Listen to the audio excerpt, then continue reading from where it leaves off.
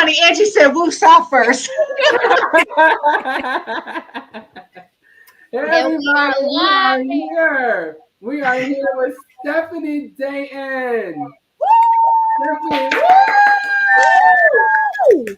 We are so happy to have you here. Like I just told you earlier, I'm so happy to have you here. Like you are phenomenal. You are phenomenal. I just can't express that enough. Like I've been wanting to talk to you one on one since like when I started doing them interviews. Like I'll talk. Okay, I want to get Stephanie. I want to get Stephanie. Oh, I want to talk to her. I'm very happy to be here. I'm so glad y'all are doing this. So many people try to put things together for her, and it might not be up to snuff, kind of like of what she would have in mind, although greatly appreciate it. And we appreciate, well, I personally appreciate all the love, but this is a lot in line of what she would want to have done for her. She would want people to share their ideas, not just talk about her, but how her ideas impacted people, because that's what she wanted to be her legacy. She never wanted to be a status quo type of person. She wanted to be different, and she wanted to show other people how to be different. She wanted to ignite, a fire in people and get them to think outside of the box. And you guys have been showcasing that a lot today. And so she would be very happy about this. And so I appreciate that. So keep up the great work. Thank you. Thank you. And I love the fact that you noticed it. You're participating. Like when I started the Eyes Right, I couldn't believe how immediately y'all showed up. Like specifically you and Uncle Kyle. Like the day I started it, y'all were here. Mm-hmm. Well, I miss him so much, God. But he and I used to talk about you a lot. Like he loved you to death. I don't know how much you and him he spoke, but he spoke very highly of you. He loved you to death. He always thought that you showed Lisa the type of appreciation that she deserved. Don't you start. Don't you start. But he was very he was well known in the industry, so he spoke to a lot of people, and he always heard the good and the bad, and he heard a lot of bad along with the good, and that hurt him a lot because he and Lisa were so close. But he always felt that you respected her and you showed her the love that she deserved, and he appreciated that about you. He spoke very highly about you. Thank you. Mm-hmm. Man, when I tell you Uncle Kyle, yeah, you have internet. You know what he did for me? He made my wedding gown for me as a gift. Oh yeah. Yes, that's my boy. That's my boy. And he loved Lisa so much. It was kind of like they had a daughter, uncle niece relationship, a business relationship, a best friend relationship, a creative relationship. They had like so many levels to their relationship. So it was very dynamic. It was a love-hate relationship. Like they would get on each other's nerves so much, like but they would totally get each other. Like when they'd start talking about a design or an idea for a design, like they would finish each other's sentences. It was the craziest thing you would ever see. They talk about an idea, like earlier when you guys were talking about the whole Stan Lee thing. They both had the idea of creating kind of a superhero outfit that she could use to help convey the whole idea that she had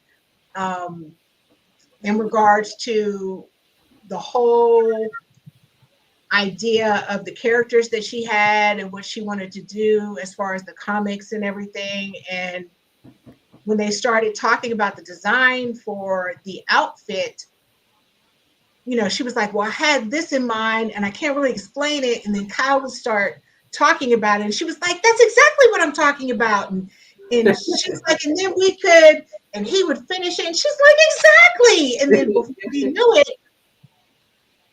he would have an idea and she would sketch it out and he'd have a similar sketch and it would look almost identical. They were so much on the same vibe, But then they would argue like cats and dogs. It was like a brother-sister relationship. It was, there were so many different levels to it. But when they got together, they would create something so beautiful and so unique. And it was wonderful to watch. It was wonderful to watch. That I didn't. It's so rare for me to actually even like visit the whole Stan Lee thing. It's like Stan Lee. She was gonna have a comic. Yes. Right. It was going to be like a superhero type thing, where she was, it was going to be one of the characters in the website, in the one of the kind of like the lead character that led all of the other 12 characters. And she wanted to be in character when she spoke to him about the whole idea to help convey the full picture of it. And it was, we actually went to the designer, and it was going to be made out of some freaky material that they came up with. And, you know, it was like hanging from the wall when we went to the designers, and it was insane. It was a crazy idea that they came up with. But yeah, she was sketching out the whole idea right before she passed. It was insane. And I could totally see her having a character with a line of comics that would have the fans going crazy about it. And it would end up being a series that would go on and on and on. Yes. And she was very much into writing stories. So I don't doubt that that would be something she'd be into to this day. I mean, I'm in my 50s. She was in the same age as me. So she enjoyed writing so much. And even when she got out of music, she wanted to do books and things like that. So I don't doubt that she would be writing a series of comics. Yeah. That would be fire. Like it's like, you know, it's funny. I don't remember ever getting that information until today about Stan Lee. I'm like, what? Huh? Yep. Yeah, that's so it was gonna be like her own Left Eye comic, like Supernova inspired. Yep. That would be crazy, right? And she's such a little thing. That would be like so different than any other comic heroes out there now. But she was going to do it. And if anybody could make that successful, it would be her. It would be her, because it would be like kind of female empowerment. You know what I mean? And the underdog, because she's so tiny, and it would be amazing. Actually, it's funny. I was gonna get that started years ago because I had an idea of that. I just kept thinking about taking what she had for Supernova, the website, and just making it into a comic. You know, and that wow, she really was gonna do that herself. Yep. Yep. Always 10 steps ahead. Always. You don't. I don't know if you've ever heard this before. I might have even talked to you about it before. But you talk about being 10 steps ahead. When she was doing Supernova, she wanted to engage the fans in some way and let them in. So she actually took this idea to LA Reid, and she said, you know what? And this blows my mind. She said, you know what? I want to let the fans into my life. So I want to sell an enhanced version of Supernova. And it wasn't about the money, but she knew that she could capitalize on it. But it wasn't about the money. But she wanted to sell a second version of Supernova that allowed access to a website, which would,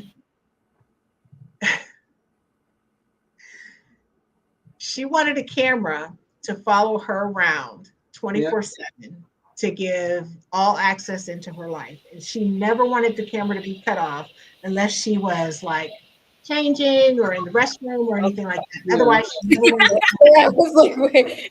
And she wanted, if you got this enhanced version of the CD, you could get access to this website, which gave you a 30-day pass to the website to see her life for 30 days.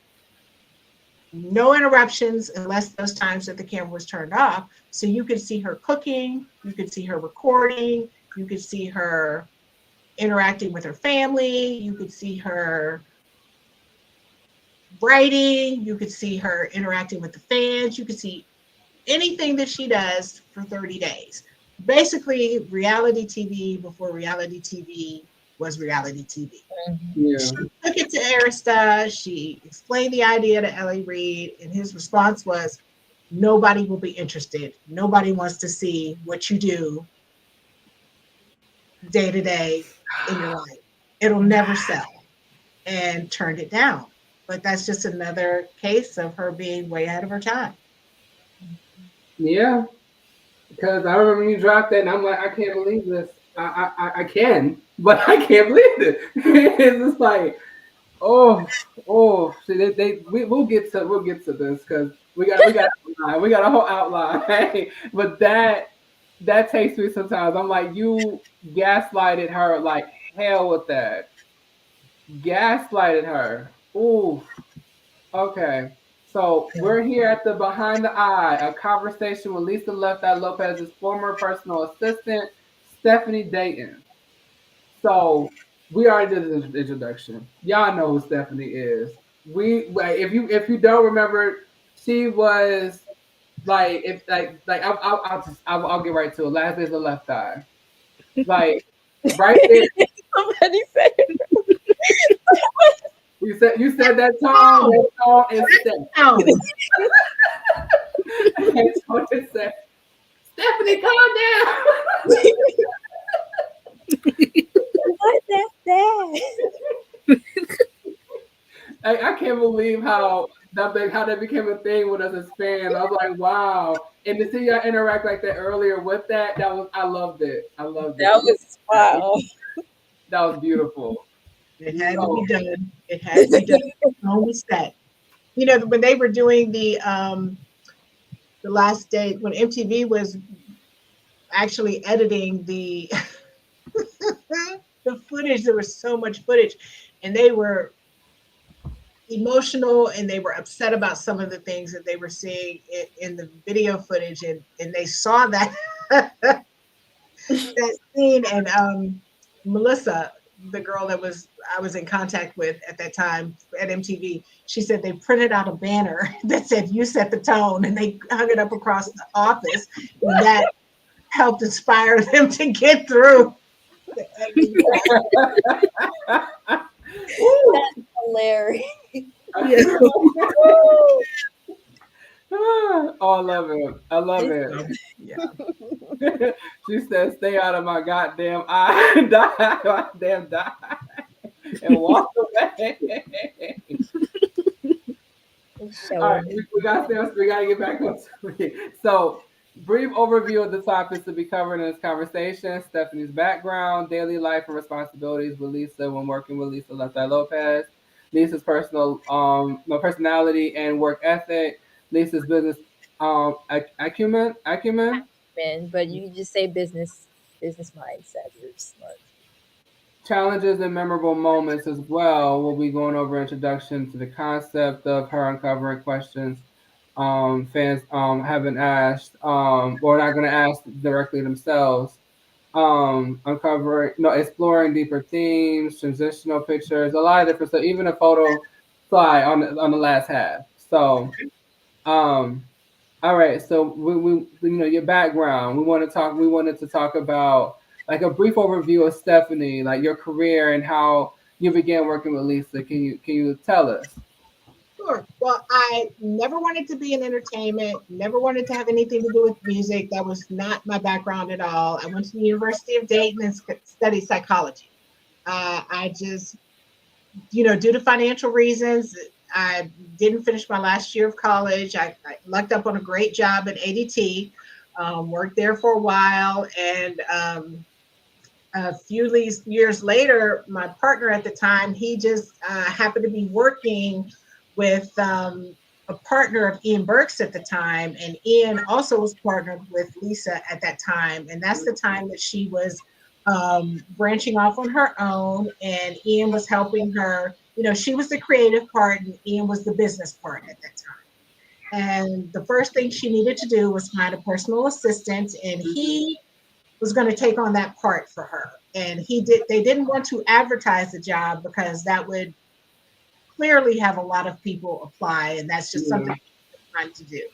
And so they were going around asking for referrals, and he put my name in the hat. And unbeknownst to me, I didn't ask, I didn't know about it. And he just came home one day and said, "Hey, by the way, you might have a job with Lisa Left Eye Lopes. I'm confused. I didn't know about this. I didn't apply for this.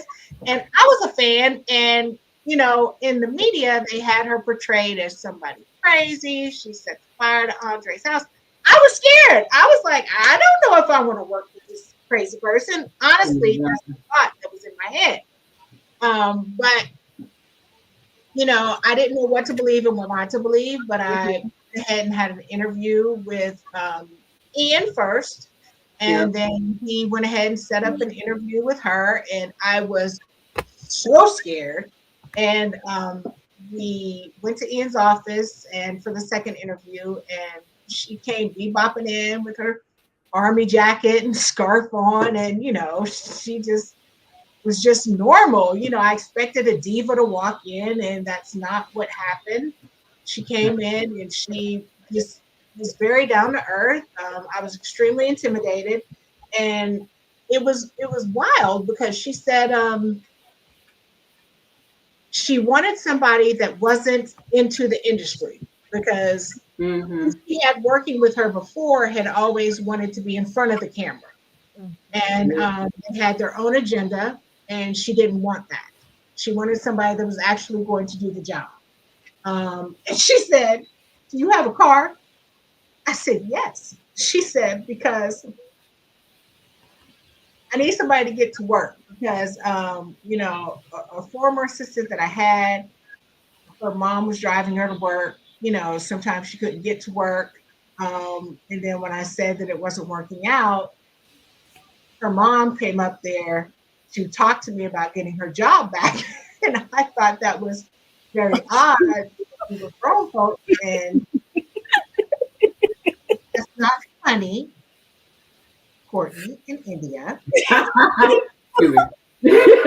sorry. I'm sorry. She had her mother come up there to talk about getting her job back. And she was like, "I don't have time for this. Like, this is about business. I need whoever I hire to help me, not for their mother to come up there talking to me about getting her job back. Like, I need her to get to work with her own reliable transportation." I was like, "I can do that. I have a car." Like, "I think I can do this." And she was like, "You know what? And she was straight up. She was like, "You know what? That'll work for me. Let's give it a try." And she said, "Let's work this out." And I had no idea what I was doing. I had never been a personal assistant before. And they just wanted to try to work it out. I lived 3 miles from her at the time. So it was something that was close. And I just figured I'd give it a try. And Ian had me start. And the first week I was there, she was in Honduras. So I was just like setting up the office and, you know, just trying to get acclimated to the surroundings and things like that. And when she got back, Ian said my first task was to make sure that she got on a plane. This is my first day. Just to make sure she just came back into town with her boyfriend at the time, Sean, who was a model. And she was supposed to get up the next morning and get on a plane to London to promote her hosting the Mobo Awards. And my only task in life was to make sure she got up in the morning and to get into the car to the airport to get to the Mobo Awards. That's my only mission in life. So I get her up in the morning and she's like, "Okay, I'm getting ready." And I make her breakfast. I take it up. She takes her breakfast. And I go up a little while later to try to get her luggage. And, you know, I don't know what to do. I'm just like, let me see what I can do to help her. "Hey, Lisa, can I bring your luggage down?" She's like, "No, I'm okay." And car shows up there and I knock on the door. "Lisa, the car's there." She's like, "Okay, I'll be down in a minute." So I'm down at the bottom of the stairs and I'm waiting for her to come down. And she comes down. She's not dressed. And she's like, "Oh, I'm not going." "What?" "Yeah, I'm not going. Me and Sean are going somewhere else." And then she brings down some suitcases. Her and Sean get in the car and they just leave. this was my very first task with Lisa, and I'm like, what? I don't know what to do. I don't feel like I can call her and be like, you need to get, to the MOBO Awards. It's my first day with her. I call Ian and I'm like, Ian, she didn't go to the airport. He's like, well, where'd she go? I don't know. Well, you need to find her. What am I supposed to do? She left. And it was a very bad day for me. That was actually the day she left with Sean for the whole missing thing, where everybody was looking for her. And it was my first day, so she didn't take the time to explain to me what the plan was. She didn't know that she could trust me at that time. And that's how I got hired, and that was my first day. Yeah. I remember when you shared that. Oh my God. That was but so after so I spent a couple years with her until the day she passed in Honduras. And after that, it was pretty devastating time for me because I had lost my friend, I lost my job, I lost my boss, I lost everything. And it was at that time I had someone that was with us in Honduras saying some really dark things about me at that time, and that had me kind of doubting my relationship with Lisa, and it was a really dark time. And it took me a while to get back on my feet, and I ended up getting a regular gig at an office at a medical facility where I was doing office management. And then one day Lisa's mom called me and she said, hey, I have been trying, this is exactly how the conversation went. I have been trying to get in touch with Jamie Foster Brown for 2 weeks, and I can never get in touch with her because she doesn't have a good personal assistant. So I told her she needs to work with you because you were so good with Lisa. So I told her to hire you, and you have an interview with her next week. So you need to call her. Whoa. I'm like, Wanda, I'm at work right now. I have a job. She's like, well, you have an interview with her next week, so call her. This is your number. I called Jamie and was on a plane that Friday, and she offered me the job the next Monday, and I ended up working. That's dope. That's dope. So I lucked up on 2 jobs in the industry by referrals. Nothing I've ever wanted to do. Never was in music and never was in the magazine business, and picked up a lot of skills in both jobs that kind of took me to the best spots. It's kind of like Lisa was working through her mother at that moment. It was crazy. I was scared to death in both jobs too. It was insane. Well, but yeah. I didn't know. Wow.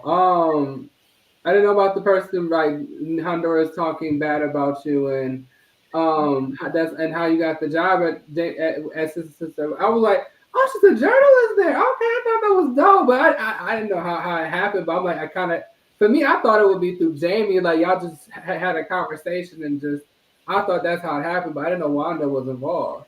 That was all Wanda. That was all Wanda. That was all Wanda. And then when I was working at Sister to Sister, I traveled with Jamie for all of her interviews. So I ended up having to hold the recorder, help her with questions, help transcribe the interviews and everything. And it got to the point where sometimes she might have had a scheduling conflict, and she'll be like, well, Stephanie, you have the questions, just go ahead and do the interview, and I would started doing interviews. And then she had me start to do some research and compile some interview questions for future interviews. And then I started transitioning into the journalist role, and they started giving me assignments to do some interviews, and I started doing it on my own for the next several years, and I loved it. And I started getting bylines. I was like, okay, girl. They started putting me on the masthead as a journalist, and I was like, okay. I loved it. That's beautiful. Oh, and it's funny, like it's really crazy because it to me it makes sense, you and Jamie, because y'all. I just can only imagine the conversations y'all had, especially because of Lisa. It made me think of Melanie C. When Melanie C, I could be misquoting her, but I remember she said, you know, when Lisa passed, it didn't hit her until she met T-Boz and Chili finally, like over 10 years later, they did a show together. And she just said she just started crying uncontrollably. And then she realized when Lisa passed, she didn't really have anybody to grieve with. Because people knew of her, you know what I'm saying? But no one knew her like Melanie, you know, like Melanie did. So like, damn, like, you know, I was a very big fan of her at TLC, and me and her connected really, really hard, you know what I'm saying? And she passed, who I know in the Spice Girls, they got a relationship with her like me. You know what I'm saying? Like, yeah. Someone told me once that their song actually made an impact on the economy over there because it was. Oh, I didn't know that. Oh, that's how much they loved her over there. She probably it was huge. It was huge. She probably would have done it again with Supernova. I'm just saying. We'll get to that again. We'll get to this. So you already answered the second part where we'll discuss, you know, your initial impression of Lisa and the early interactions. Now we're on working with Lisa Lopes, the daily life and responsibilities. What was a typical day like of Lisa Lopes, you know, from your perspective? Well, I would, if we were in town, I would get to work at about 9 o'clock in the morning, and would be responsible for getting her up and making sure that she followed her schedule for the day. And that would vary from day to day, depending on if she was recording or not. She would have, she would have studio time, which she was never, ever, ever on time for. Ever, ever, ever on time for. She would schedule studio time starting at noon. So I would wake her up at 9 o'clock when I would get to work. She would get up. While she was getting dressed, I would usually be cleaning up the basement area, which is where the office was. And, you know, if there were guests there the night before, it might not be tidy, you know, so I would tidy up in case we had guests or business meetings that day. So I would, you know, tidy up downstairs, and I would be checking emails and voicemails while she was getting ready. May or may not get her something to eat. At times she would have, as Carl was mentioning earlier, Bree was there for a while, but not always. If she wasn't there preparing something to eat, or Lisa wasn't preparing something on her own, I might make her something to eat, or may run out and do some shopping to get some food. She would always wake up for like the first year I worked with her. She would always wake up listening to Christina Aguilera, Genie in the Bottle CD. Wow. Every morning. And then she would come down. We would talk about what the deal was for the day. It might be anywhere from I need you to run these errands, go by my mom's and take this, or go grocery shopping, or I need this fabric picked up, or whatever, if we weren't going to the studio. If we were, I made a lot of art supply runs also. She would always want canvas, books to draw in, pencils, because all of our business ideas, rhymes, book ideas, anything she was working on, she always sketched it out. She always sketched it out in very large pads. Never regular sized notebooks, not really. Color pencils and things like that. So there were a lot of art runs. But if we went to the studio, we would drive to the studio, and crazy enough, we always drove in my car, my little Cavalier, Chevy Cavalier. When I had first started with her, she was driving a huge SUV. However, she had driven that to Honduras with Sean on that missing trip. And because she was leasing that vehicle and it was all over the press, the leasing company found out about it, and her contract stated she was not supposed to drive it out of the country.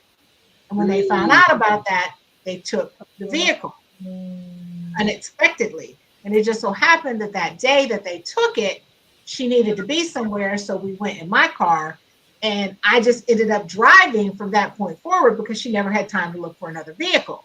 So the whole time we were together, she'd be riding around in my little two-door Cavalier, which I hated because I'm like, you're left eye. Why are you riding shotgun in my little Cavalier?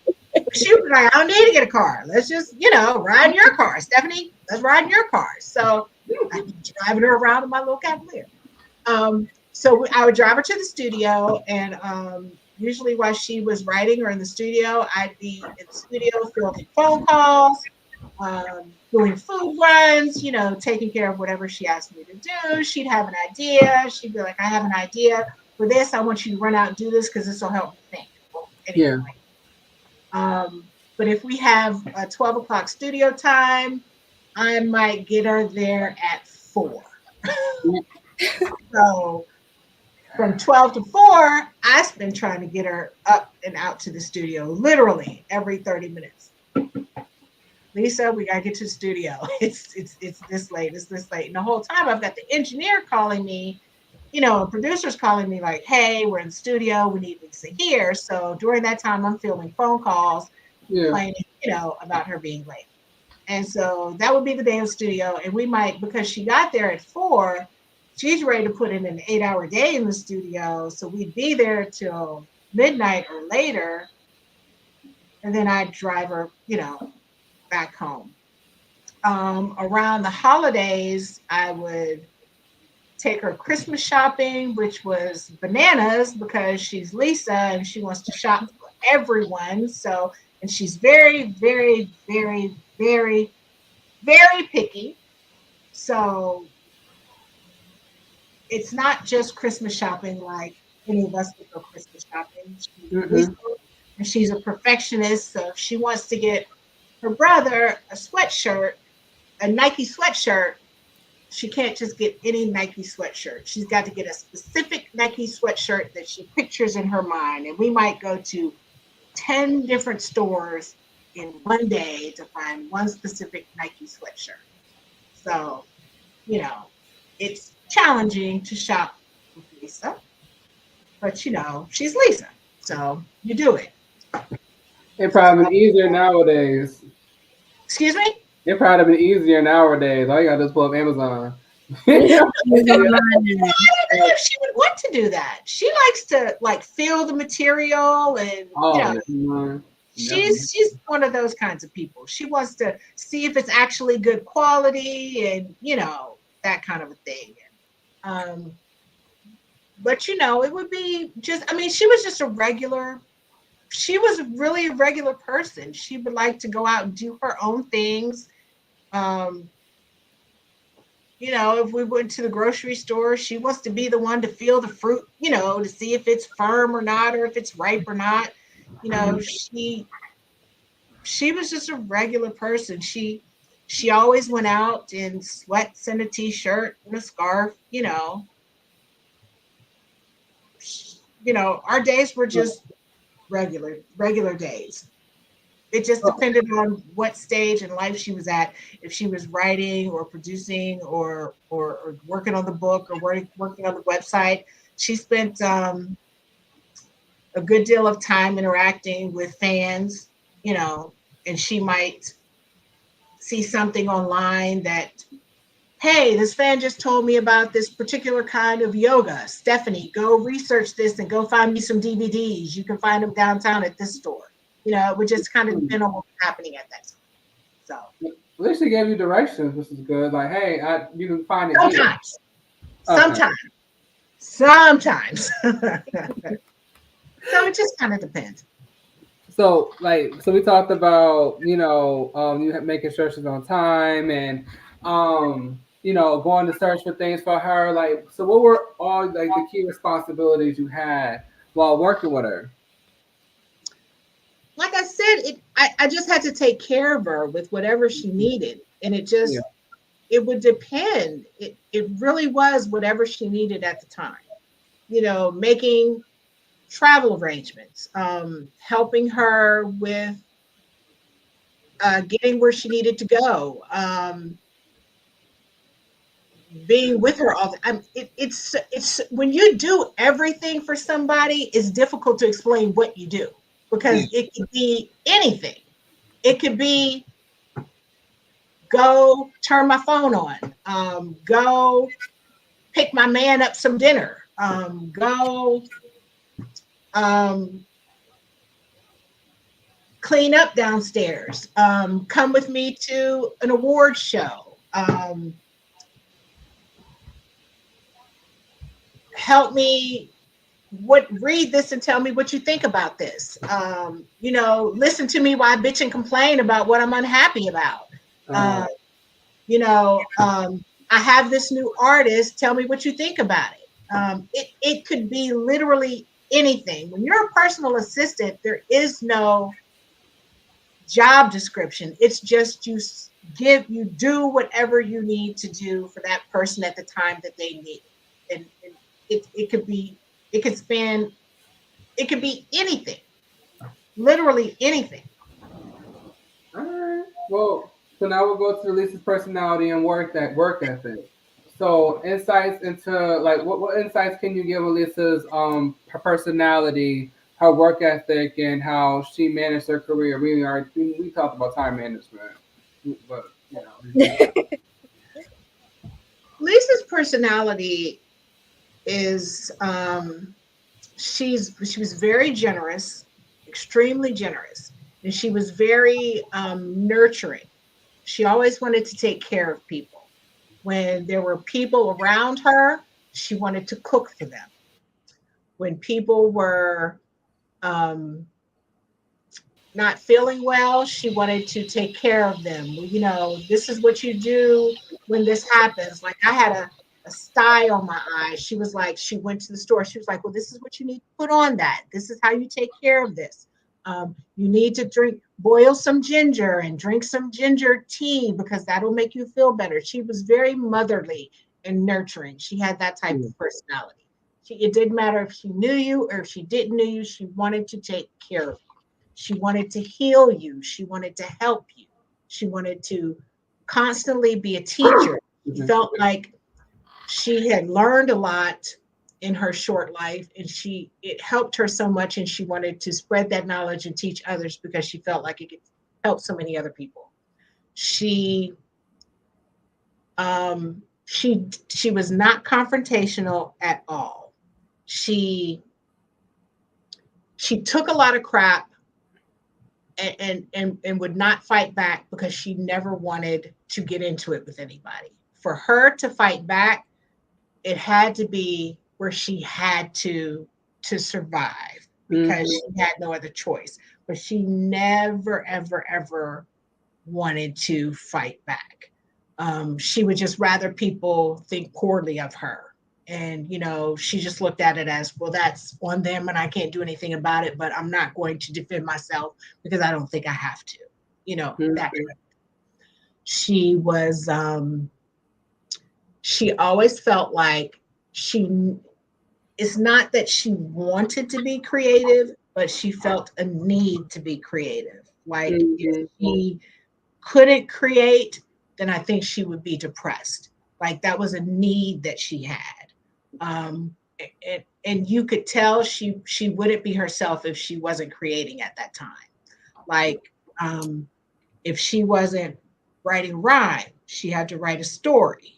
If she wasn't writing a rhyme or story, then she had to draw or paint. If she wasn't doing something like that, then she had to create a website or an idea or a concept. Like she had to get that out of her because she was constantly having it in her brain and she had to get it out. So that was something that was part of her. She was very quiet, actually. Lisa was very quiet. She's an introvert. It's crazy that she had to get that out, but she was also an introvert. She spent a lot of time in her room. by herself. She was very quiet. She didn't spend a lot of time with friends. She preferred to spend time alone. She was a loner. She vibed more with people that she could be creative with. She wasn't the type of person that would just go out and make friends. She connected with people on a creative level.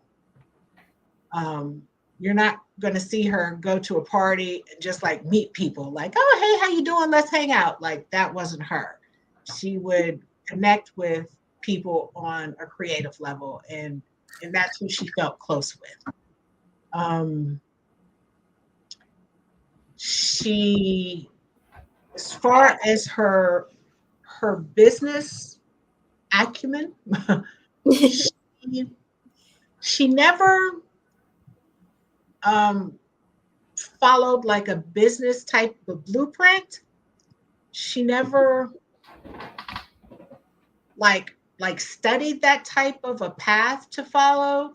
She just would have a vision, and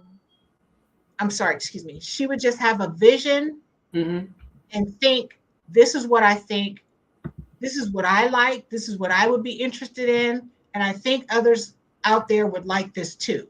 How can I make this happen? Because I think there's a want for this, and if I want this, I know there's other people out there that would be interested in this too. How can I make this happen? And she would find a way to make that happen. And it may be something that was never done before, like the whole example I gave earlier about wanting to see her life, because she would always have so many fans ask her about, her life. And she was like, well, hell, why don't I just let them in to see it? And nobody was doing it at that time. But she was like, I'll just find a way to let them see it for themselves. And how can I make this happen? I can attach this to my project. I'm getting so much, I'm supposed to get so much exposure on this project. This is how I can link that to this project. I can let them in this way. You know what I mean? So she would find a way to tie things together. I don't have to promote it on my own. I can just use these promotions to promote a way for people to get in, because that's what people want to see. So I'm going to find a way to promote a way for them to see it. So she would not go with the status quo. She never wanted to go with a status quo. Like for the whole when everybody thought they were fighting, and she wanted to challenge the group with you do your own album and I'll do my own album. That was all business to her, because she wanted to do her solo project, and they had a certain number of albums to produce before they could get out of the contract. So she was thinking, if each one of them do an album, that's 3 albums down, and that'll get them closer to fulfilling their contract, and the closer she can get to getting out of it and get on her own. So it wasn't that she was like, oh, you're not anything and you're not anything and I'm more talented than you. She was like, instead of us doing 1 album and that's just getting us 1 album closer, we can do 3, and that knocks 3 down. That was a business move to her. That was a strategic move for her. So, her whole business approach was, let's think out of the box to get us what we want, and let's make it happen. And it always worked for her. And sometimes people didn't get it, or they misconstrued what she was trying to do, but it was all business for her. It was all business. That's true. Like she said that too. And me and Core, we talk about it. So Core, if I don't know if you read her handle, but she's T-Boz Archive. So she's a big T-Boz fan page. What I am with Left Eye is basically what she is for T-Boz. So it's like, we talked about this before, and it was just like, it was a great idea. It was just Lisa's delivery and the timing of it all. That's what killed it. It was a phenomenal, incredible idea that even Outkast ended up capitalizing on it. Exactly. So it's like too many personal feelings were involved in this for people to see the big picture and get with it. You know what I'm saying? And it just, we talked about this earlier about Lisa being, used to being called the bad guy. Yeah. Yes. We gonna get into that later. We gonna get into that later. We gonna talk about that. So the next part, I feel like we kind of talked about some of these things now. Lisa's personality and work ethic, insights into her personality, work ethic, and how she managed her career. Stories that highlight Lisa's drive and creativity, unique approach to her work. I think you've answered that. Um, Lisa's business acumen, discussing her business sense and her approach to manage her careers and finances. We basically talked about that. Your perspective on Lisa navigating the music industry and her entrepreneur ventures. Did you say? Did you have? You shared your opinion about that already? No, but could you repeat that question? I want to make sure I get it right. It says Stephanie's perspective on how Lisa navigated the music industry and her entrepreneurial ventures, like your perspective on those. The way she navigated the music industry, I think she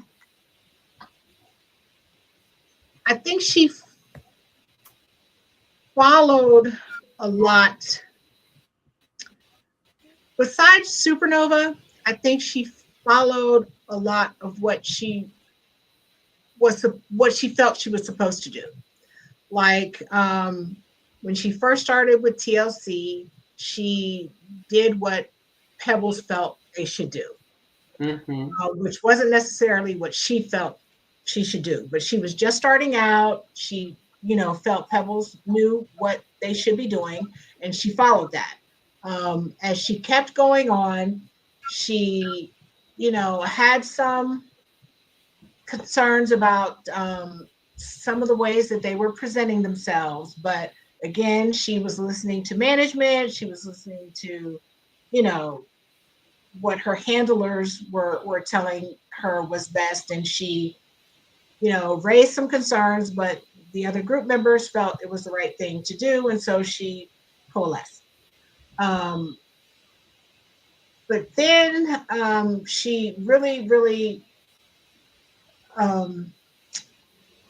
focused on, let's hurry up and get out of this commitment with TLC so I could do my own thing. I want to share my own voice. And she had some issues trying to get there. And that's kind of when Suge Knight came into the picture. And she then started following his advice because she didn't know how to get out of some things with her current situation and she needed some advice. So then she started following what he was telling her to do, So I think she navigated by following what she felt was the best advice at the time.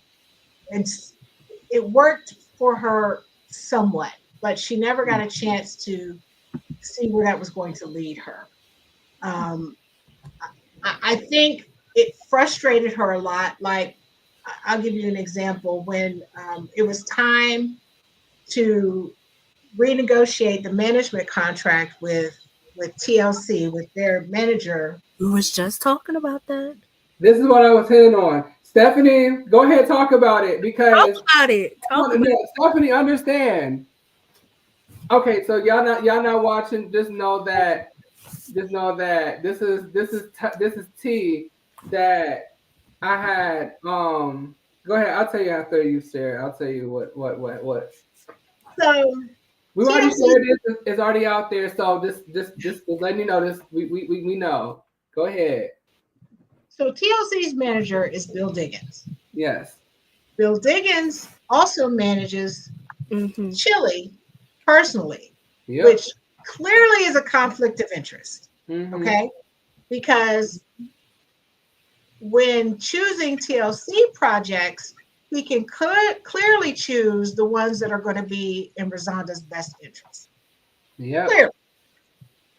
Lisa never was happy with that, and always voiced concerns about Bill being their manager. But he was outvoted, so it is what it is. Oh. He remained their manager. However, when that management contract expired and it was time to renegotiate, she voiced a concern about getting a new manager for the group because of that reason. Before she got a chance to,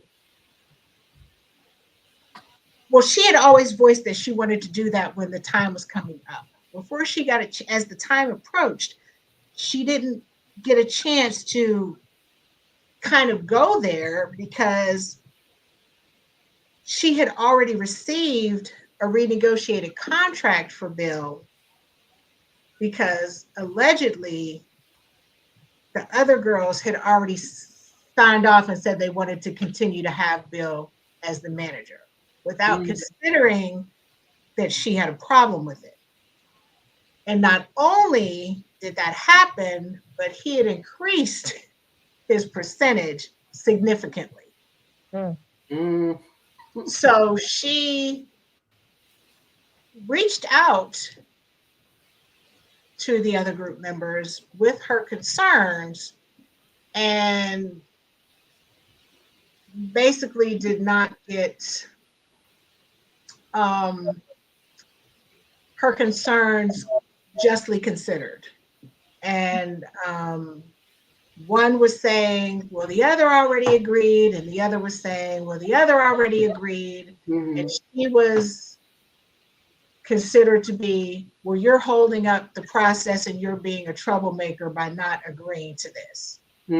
So again, she didn't want to be seen as the one that was causing trouble. So again, she coalesced. She gave in, which was money out of her pocket. And again, she was being managed in the group by somebody she didn't agree with, she didn't care for managing her. So, you know, again, a business decision being made that she didn't agree with, and she felt she was gently forced to make, let's just say. So, yeah. I don't know if you call that navigating because she really didn't get to navigate. So sometimes, you know, those things happened in her career that she felt if she stood up and really fought for what she felt was right, she would be looked at as causing problems. Yeah, the problem child. So, you know. No, you're good. Listen, because you know, when the Nova started, you know, we've been doing a lot of investigating. Especially them. They've been doing a lot of investigating. You know, I've done my research, and they've been like, you know, we're looking at that. Like India, she's looking at news articles. You got what was it? T and JoJo and Court looking at old TLC websites. And they found like the one article. Remember when the movie came out? You and Uncle Kyle did the interview. So they, you know, the audio was down. However, they found excerpts of it on Cyber TLC World. So I remember I had a moment where I was just like, I shared it on Twitter. That part talking about Bill, this moment, I shared it, and people were like, that he was fucking wrong as hell.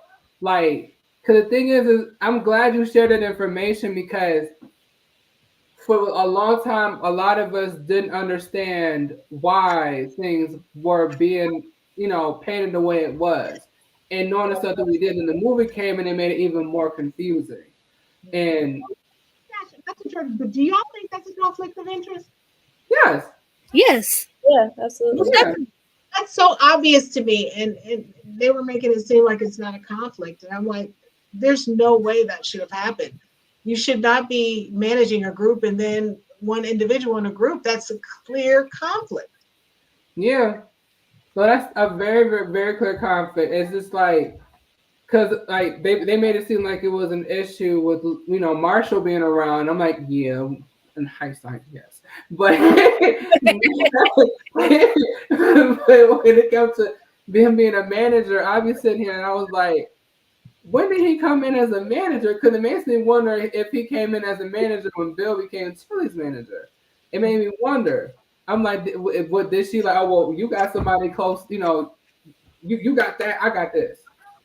They kind of gave me that vibe, but I don't know if that's how it went down. But I just want to let you know we appreciate what you're doing, what you're saying. Yeah. I get the fact that, you know, if you when you say certain things, some people will respond a certain way. It's understood. It's understood. You know, it's like how much longer does thing have to, how much longer does these things have to fester for someone to be happy? Some people don't want it to come out ever. And when the contract was sent to her, she wanted to take it to an attorney to look over. They were like, nope, it's got to be sent and signed and sent back today.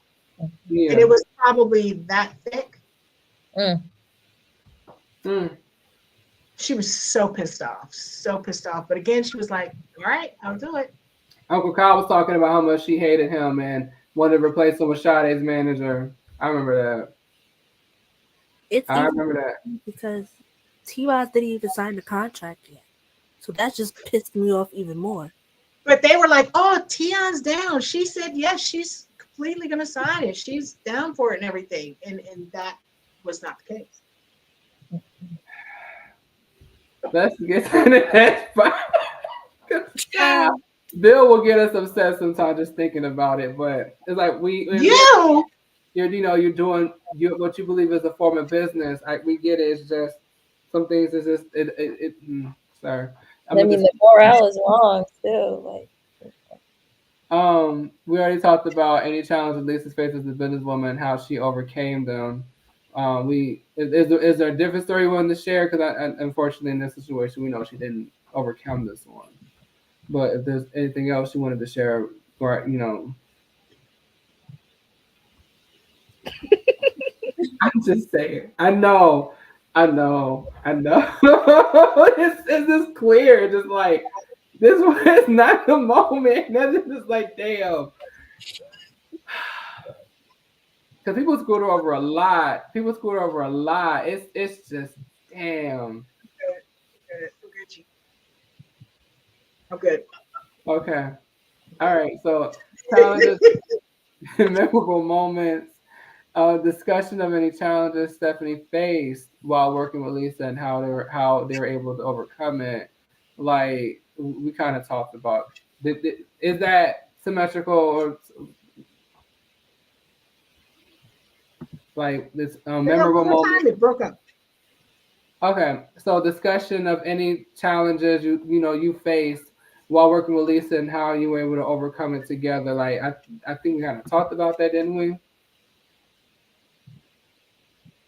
No, but I did have one time that she pissed me off severely, and we had to work through it. It may seem petty, but I understand why she did it. And it actually has one of the pictures on the slide that you sent me, but it was when she appeared on Who Wants to Be a Millionaire. We were like I told you, she was very much a loner. When she went to be on the show, it was just she and I. And when she was getting makeup, her publicist, Matt Shelton, was with us. And she was getting we were in a holding room right before she was getting makeup done. And the producers of the show came in and they were talking to us. And I was a fan of the show. I love the show. And they were talking to us and I was telling them how much they loved the show and how much I love the show. And they were like, oh, that's awesome. That's great. Da, da, da, da, da. And they asked Lisa, who did she bring to be in the audience? And she hadn't brought anybody. I don't even think she had thought about bringing anybody. And they were like, oh, okay, well, you know what? We're going to put Stephanie in the audience because she's such a fan of the show. This will be great. This will be a great talking point, blah, blah, blah. And I was like, oh, hell yeah. I love this show. I can't wait.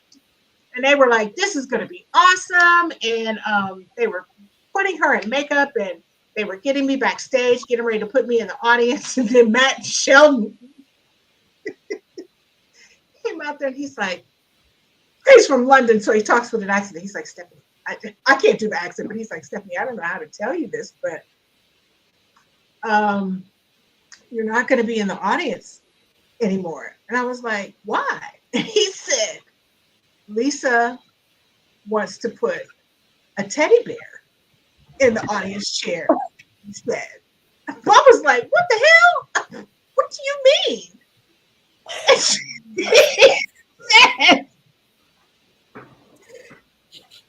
she wants her get back. Go ahead. She wants a teddy bear to be her guest that she brought and put in the chair. I'm like, I don't understand the words that are coming out of your mouth. What do you mean? She wants a teddy bear to be the guest. Like, I don't understand what you're saying. You. And he was like, I know, Stephanie, I don't know what to say, but she wants the teddy bear to be a guest. And I was so pissed off. And I felt like she was doing it just to spite me because I was such a fan of the show and they were just talking about how excited they were to have me on the show. And I got pissed off and I said, Matt, put me on a plane. Now I am leaving. And we were in New York filming and he's like, you're going back to Atlanta? I was like, no, I'm going home to my mom. I quit. And he put me on a plane to Pennsylvania and I was going to quit that day because I was so angry that she did that. And as soon as the show was over, she started blowing up my phone and I was like, I am not talking to her. And I would not answer the phone for like 2 days. God damn. So bad. And I've never even watched the show to this day. I've never watched that episode. Wow. I was so angry at her. But eventually it was so funny. I said, tell her my mom was sick and I had to leave or something, but I'm leaving. He was like, are you coming back? I was like, I don't know right now. Just don't talk to me and put me on a plane. And I left. And she started blowing up my phone and I would not answer. And my mom kept saying, are you going to pick up the phone? I was like, hell no. Tell her Teddy to pick up the phone. Finally, she wouldn't leave me a message. And then finally she left me a message. She was like, Steph, how's your mom doing? I was lying. And eventually I was like, oh my God, I can't quit my job. I work for Left Eye. Like, this is crazy. And so we had to, obviously work through it. And I found out that she was trying to like do some type of message about helping her, a child that she was trying to help. And she was trying to make a point, and I get that, but I didn't know that at the time. So we had to, work through it. But she was very good for that. She would have a last minute idea and she would switch up the whole plan. And Lisa was good for that because she was so creative and ideas would come to her, just like that. And she would act upon it. So, I got it after the fact, but I was very pissed off at the moment. And, we had to work through that. And, when I eventually did come back, we just kind of looked at each other and smiled and never talked about it ever. But she knew I was angry and, we just kind of had an understanding. And often, we never really fell out or anything, but if we did have a disagreement and one of us rubbed each other the wrong way, we just kind of respected each other and would kind of look at each other with the, like, I know where you was coming from, girl, but we cool. We cool. Because she never wanted to be confrontational, so she never wanted to have that conversation. But we would be cool, so we would have that acknowledgement, like, all right. And that was her way of working it out, and that worked for me too. Because I don't want to have it out with Left Eye. Like, that's not on my agenda. You know what I mean? So it worked for me. And that was the way that we would work it out. Right. I'm glad y'all got a system. That was wild. Cause Honey, I get it. No, I get why you were upset. Like that was a moment. Like I was like, so I'm not good enough? What? A teddy bear? What? He was like, "Oh no, she didn't." Exactly what I said. Oh no, Yeah, she why Exactly. they say that? They said the teddy bear was given to. Oh, they said the teddy bear set that tone, and so the tone.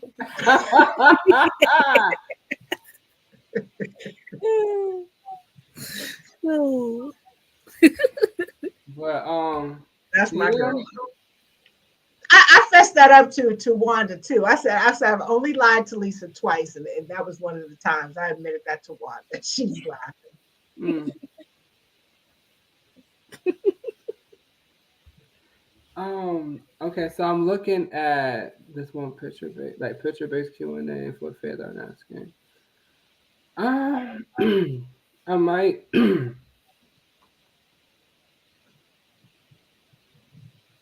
okay? Yeah, I'm just reviewing what we have to make sure I'm not repeating myself. Okay. Because it goes into the next part, which is and there's no questions fans haven't asked that are listed. You know what I'm saying? So it's like introduce the idea of asking questions. Fans are asking There's one themselves. question from the audience if you want to pull that. Excuse me. Excuse me. Can you tell us a story when you and Lisa pranked Black? Mm-hmm. No, Black pranked us. Black, honey, child. That was We were. well, they got her back. we. I don't know what they're talking about as far as Lisa pranked Black, but I know when they pranked us, she and I had just gotten back from New York late, and we stopped. Lisa had purchased a house that was right behind her house and made that a studio and a residential studio where people could rent out and stay there and blah blah blah. So Black, when they were recording their demo, they stayed there and recorded there. Mm-hmm. So we had flown back into town one night. It was really late, and it was maybe about midnight. And we stopped there first to see how they were doing. And we checked in on them. We probably stayed there a couple of hours, and it might have been 2 o'clock in the morning when we left that studio, went right behind to Lisa's house. And she and I were in the kitchen talking about business, about the schedule for the next day. And then all of a sudden, there was a knock at the door. It is probably 3 o'clock in the morning now. And I went to answer the door, and it was a man with a hat on. And Lisa's like, who's at the door? Because when the doorbell rang, we were both like, who the hell is at the door at 3 o'clock in the morning? And so I went and I looked through the peephole, and it was a man. And she was like, who is it? And I was like, some man at the door. And I was like, who is it? And he was like, is Lisa here? And I was like, who are you? And he was like, man, tell Lisa to come to the door. There's going to be problems. And I was like, Lisa, are you expensive? You're talking about if you don't come to the door, there's going to be problems. And she was like,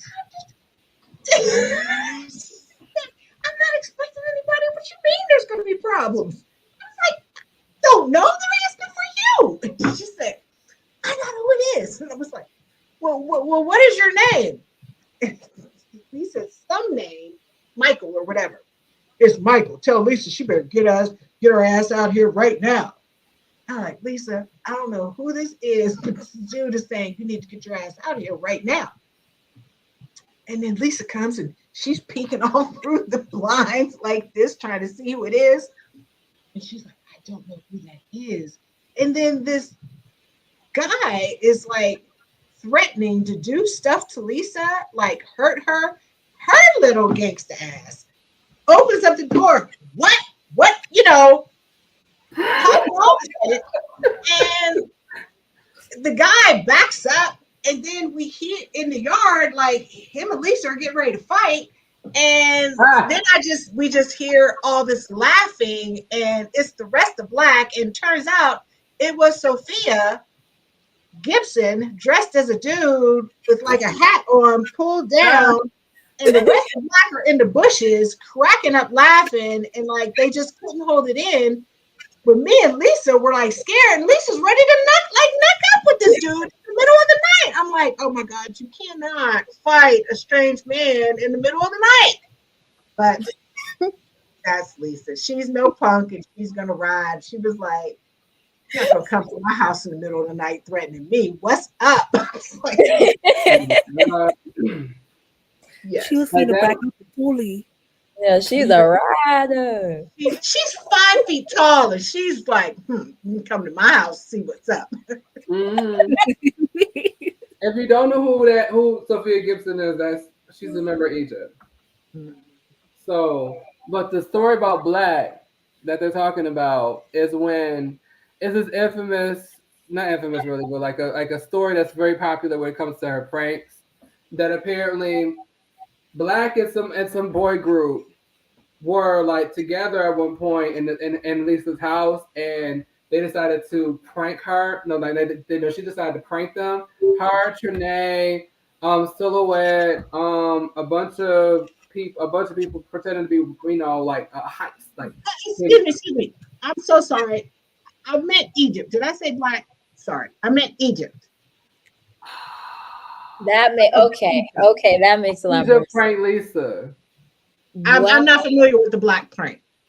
Okay. Well, with the Black prank, there was like they were in the house with this boy group, and Lisa orchestrated a fake heist and had people pretending to be like break into our house and like force them to do whatever crazy stuff and terrorize them and scare them, make them cry and everything. And then Trinae and what's her name? Tamara Gray from Silhouette came out of somewhere, and so did Lisa, and they got you. They play too much with the violent crimes. That's not funny. Yeah, it's a lot. That's a lot. Like I was like, oh my God. Like, and the thing is that what made them so is that they told Trinae last minute because she was in the house with them, and she's like, pretend we got your. And that's what she did. She pretended they got her, and they were like, what the hell is going on? Not funny. No. It was crazy. It was not. It was intense. I'm like, I don't know how I would feel. It's like hearing it is something else, but like in that moment, that was me. I'd be pissed. I don't play like that. I couldn't. In the prank they did on us, I thought it was going to die and be a news story like crazed fan kills superstar and the system alone. Mm-hmm. Mm. That's not funny at all. Okay, so one of them is like explore deeper themes. Ask Stephanie to share stories and details about Lisa's lesser known business ventures, negotiations, and decisions. We may have ventured into that earlier, did we? Her lesser known business ventures. I don't know. What was she doing? She was doing. I think everybody knows about all her business ventures. She was doing the Chef Die show. She was doing clothing line. People didn't know about the comic book she was trying to start. She was getting ready to work on a book that. I can't talk too much about this, but she was getting ready to work on a book that told 2 stories. Open? Yes. Yes, it was a book that told 2 stories. One part of it told a fictional story about her in a fairy tale land living in the forest with the animals, because that's always how she wanted to live her life. And the other side of the book was going to be an autobiographical, for real book. And they were going to be in the middle. She was just starting to work on that. before she passed. She was just starting to work on a children's book before she passed. Um, what else? She was mainly focused on her solo project at that time, other than creating the cooking show, writing the book, the biographical book, and the children's book. Um, Other than that, um, she was just thinking of different things to branch off with Ionetics, with the website. Um, that's what she was focusing on. Did you want to? Can you talk more about Chef's Eye? Like, what was the correct? Like the what was? Because I didn't know until today. Apparently, that the kitchen she had was designed for the show. Right. So it's like, yeah. She likened it a lot to the Pee Wee Herman show. How the characters were all in his home. She had dressed the appliances like characters. Like the toaster was a character, and the blender was a character, and the refrigerator was a character, and all of these characters would be who she was working with in the kitchen when she was cooking these dishes. So she wouldn't have like a sous chef or a partner in the kitchen. It would just be her and these animated kitchen appliances that would be helping her in the kitchen. And it would all be very healthy dishes. And she wanted them to be very simple recipes that kids could make after school. But she wanted to start kids young eating healthy. So it had to be it was very important that it was simple to make and safe for kids to make at home on their own. So it would be very, very easy to make, not a lot of cooking involved, not so much cutting, like with knives and things like that, but something very simple. And she wanted it to be very fun, and she would be having conversations with the animated appliances where she could drop little healthy nuggets as she was cooking, like Mr. Toaster, I can't remember the name she had for the appliances, but Teddy Toaster, when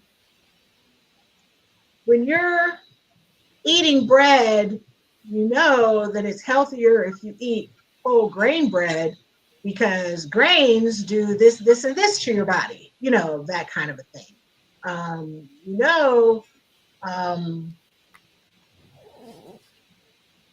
Betty Blender, that when you are fasting, part of fasting is not chewing your food and having it already broken down for you in a juice-like texture. So you can take these fruits and you can blend them in, and you can still drink and have your nutrients and your vitamins, those types of things. So she wanted it to be very nutritionally educational, plus showing them visually how to cook it and giving them recipes at the same time. So it was but she wanted it to be very much like Pee Wee Herman was talking to his animated furniture and things like that, if you could picture it. So she actually had appliances dressed up in her kitchen to use as props to pitch the idea. And it's quite funny when you walk in her kitchen. She had a huge island in the middle where she had all of the appliances. And she would do test runs and everything. It was very cute. It would be a total smash. I'm sure like Nickelodeon and Noggin would have picked it up. Yeah. Yeah. Mm-hmm. I remember someone who was a part of the filming crew that, when y'all was in Honduras, he was filming at Lisa's home before y'all left. I'm sorry. Can we not talk about him? So this person had okay. He's off limits. Okay. So, Sorry. well, we've seen some of the things she was working with, and I thought it was cool. The gadgets were amazing, and I want to see the stuff in the kitchen. Like apparently, I think did Rada and Ronald say earlier that apparently the recipes. You know what I'm saying? Like they're posting them recipes. Like apparently she was sending like characters off to different planets or something like that to get recipes. Mm-hmm. Yep. Yes, that would be how she would get them.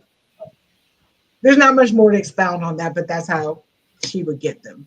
I don't know if she worked out really like where they would go to get them, but that's how they would fly in and give them That's to her. neat. Of course, she always wanted to do something out of this world. Hence, Ionetics. Yes. Yeah.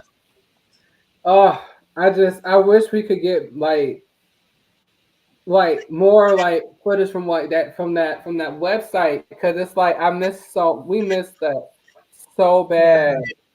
There was so much she was going to do with that thing. It like the sketches and the Mm-hmm. whiteboards and things that she did for plans that she had for that thing was just never ending. She was going to just continue to expand it. And it was all going to be interactive with all the fans. Yeah. Mhm. Like oh, she was phenomenal. She was phenomenal. Yeah. Um I'm sorry. I'm sorry about the whole thing with that but there's some bad juju there. No. It's okay. It's okay. By all means. as a slut, I think there's some bad juju. I believe it. And then to respect that, we're gonna move on to the next thing. So we're gonna go right to the picture-based discussion. Are you ready? All right. So let me pull up these slides. Court or Andy, do you want to like do like this? Someone asked the question. Oh, I can see it. Never mind. I see it. Um, someone asked, what is your? Why would you ask? I said the same thing when I read it. I was like, So We already know. I already know. You don't have to explain yourself. We were. I think we're in the same headspace. all four of us. Honestly, like fans were shocked. Oh, cause listen, we be on Twitter talking. If And you want like to see us putting our talk for real, opinion. for real, Huh? I said if you want to see us talk for real, our actual opinions, go on to Mhm. Yeah. we be Because airing it out. oh, I be sitting here annoyed. I be sitting here like, we were talking. I was talking about how much I don't like the movie. We're like, you don't like the movie? I'm like, do you not know? Come to my page. Come here. Come here. Look at these threads I've made. Look at all these posts I got. And people be like, wow, I really didn't know a lot of stuff about Lisa. I'm like,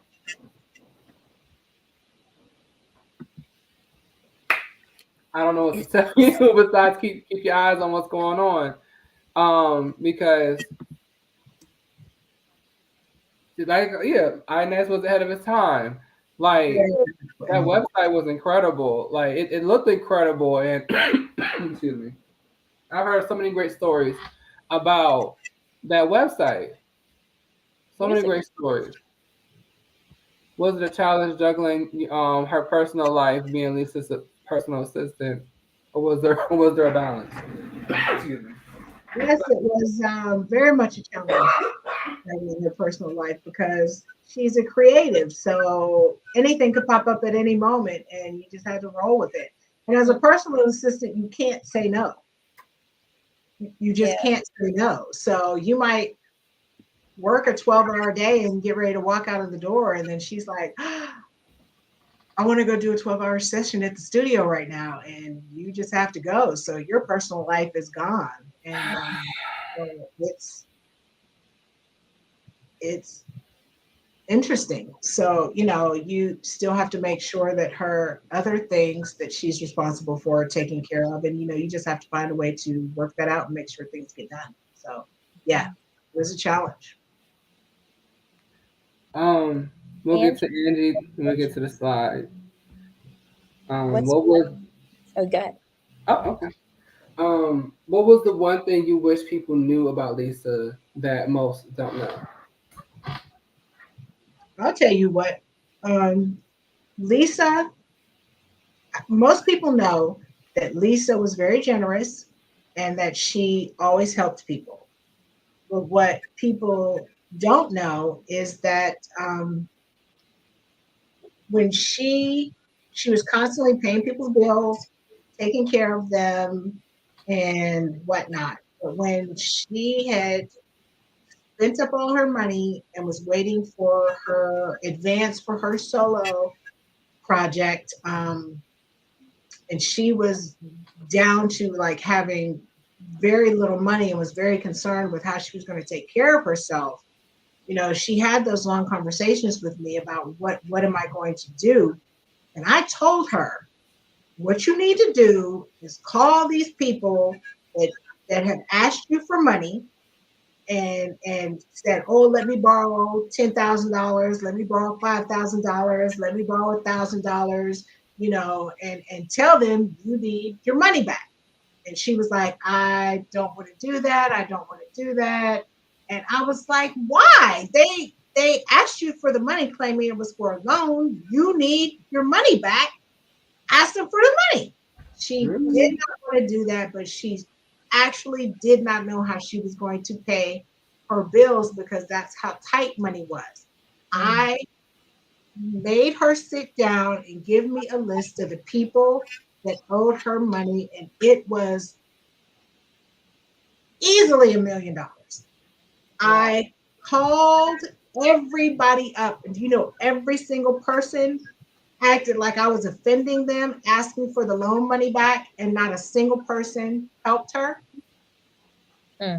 Not a one. I know Helper Andre had to put a hurting in her pocket.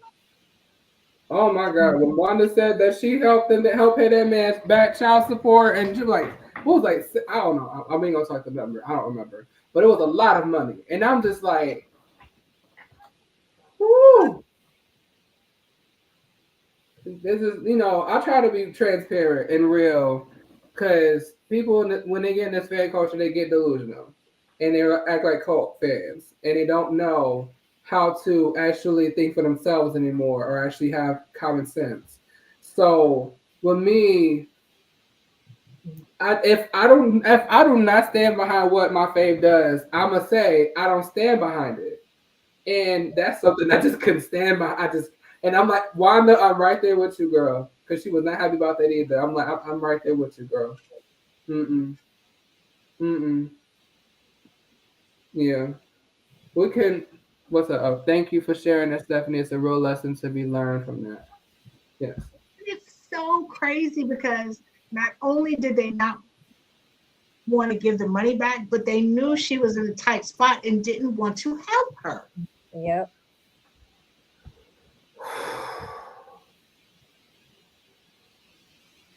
And that hurt her. Like that hurt her.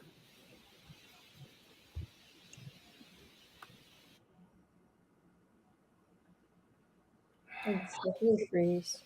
Oh, there we go. Okay. Well, at least she got to see people, you know, if she didn't already see their true colors and knew, you know, and try to figure out what to do next. Because that's the plan. If people ain't gonna give your money, okay, what do you do next? You taking a court or you just gonna give this up? Like it's like, I don't know.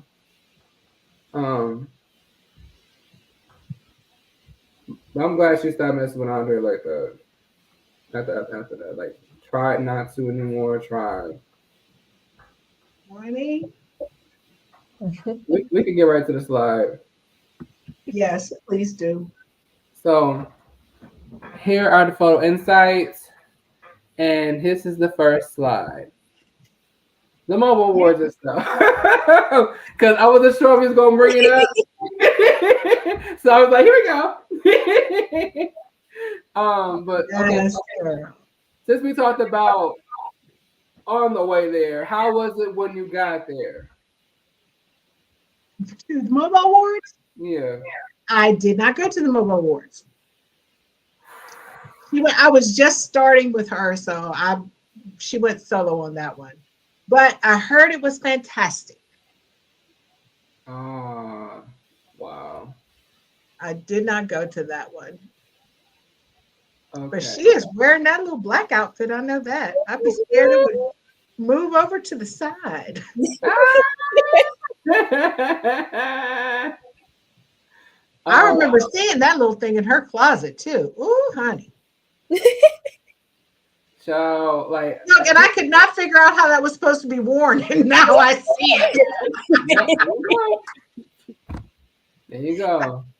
You're like, how you put this on?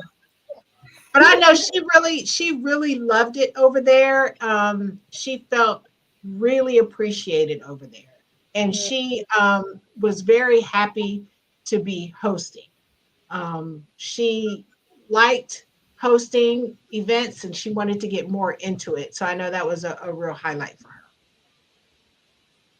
All right. So let's go on to the next slide. We talked about Who Wants to Be a Millionaire already. Honey, I know we can move to the next one. We can move to the next one. look, that might be the most I've ever seen of that show was those two slides. Ah! Look, that one on the left might be like, she might be thinking in her head right now, I cannot believe she left. I cannot believe this girl left. That's probably what she's thinking. And she was- Hey, you showed the I teddy love my bear. girl. All I don't right. understand. That's my girl. Like, if I could have a conversation with her now and talk about that, we'd probably be cracking up. Oh, what was it? So here's the next one, the open photo shoot. Do you remember being on set of this or preparing for it or Yeah. That picture of her in Hype, that was the supermercado we used to always go to in Honduras to do our grocery shopping. It is a very rundown grocery store. It's pretty sad. It's not like a grocery store that, well, I mean, it is like a grocery store that we would go to, but like the produce is not very, very good. Some of the fruits are like rotten. It's pretty sad. It's a third world country, so you could imagine, but she's very optimistic when she goes there and she knows how to pick out the good stuff. And she was actually teaching Hype how to pick out the good stuff when grocery shopping there. So, again, a teaching moment. The picture with her with the pajamas on, she loved those pajamas. She picked those are little monkeys on her pajamas. She specifically picked those out. She wanted to do a specific scene with her in that hut. Excuse me, that hut that she was in is actually, the huts on the property at Usha are rented out to two different people, but she had her own hut there that was specifically for her. So she, painted it how she wanted, and she had her own personal things in there, and that was her bathroom there. And she loved that hut. She was doing a little bathroom scene there of her getting ready for bed, but don't get it twisted. She did not wear those at night because it was way too hot. That was strictly for the photo shoot. The one there on the bottom, that was at the top of a mountain that we climbed up. That was very near to the village that we stayed, and she had specifically pictured this shot that she wanted. That jewelry that we got actually was from a jewelry store in Stone Mountain Village by where we lived. She had pictured everything she wanted. She pictured the scarf, she pictured the jewelry she wanted to wear, she pictured the feathers and everything. And that's exactly how she wanted that picture to turn out, and it came out perfectly. The middle picture there, I think she had an idea of wanting to do the water and the flowing greens behind her, but when she was up on the rock, she was just walking around, and Hype actually caught her in that pose. That wasn't a specific pose, but Wow. he caught her looking down where she was walking, and it just came out beautiful. Mm. Um, that top right picture, that was another one that she imagined with the whole jewelry. That's another piece of jewelry we got in Stone Mountain Village because she had imagined what it would be. And that's actually at the front part of the property of Usha Village. She wanted the mountains in the background, and you can barely see the huts in the background of where we stayed. So that was right at the front of the property. She did headshots of that, and then some body shots where you can kind of see semi-nude below. And that bottom part, that's in actually the kitchen of the village where we stayed, and she was actually preparing some food when they were taking that picture. So yeah. All right. Wow. The context. Yeah. Because like the picture in the middle, the green one, that picture, whenever I remember Kyle saying that it looked like, when you're in the jungle, it looked like a Disney movie. Yes. And this And that's picture, exactly what it looks like in person, in real life. It's beautiful like that. Wow. oh my gosh. And then I really wish she got to able to finish that book and show us exactly everything she wanted to show us, how she wanted to show it. Because it's like, how would the fairy tale and the autobiography come together using these photos? Yeah. Yeah. It would have been a work of art. We can let me know when you're ready to go to the next slide. I'm good. All right. The 2001 photo shoots. I remember the picture on the left. You told us about, that one where, if you want to talk about it, you can, you go ahead. I remember that one. We were at a hotel in New York. I can't remember the name of the hotel, and we were out on the balcony, and they were doing some shots up there. And she scared me to death being up there on that ledge. Yeah, I'll be all right. I'm cool. I'm being so scared, and she just, she's always so calm, like nothing's, you're cool, it's all good, and she just was doing some weird, crazy stuff, and they got some great shots up there, but she took a bunch of shots on the ledge. That one came out really good. I don't think I've ever seen that one before, but I remember her being up there posing. That's a very good shot. Yeah.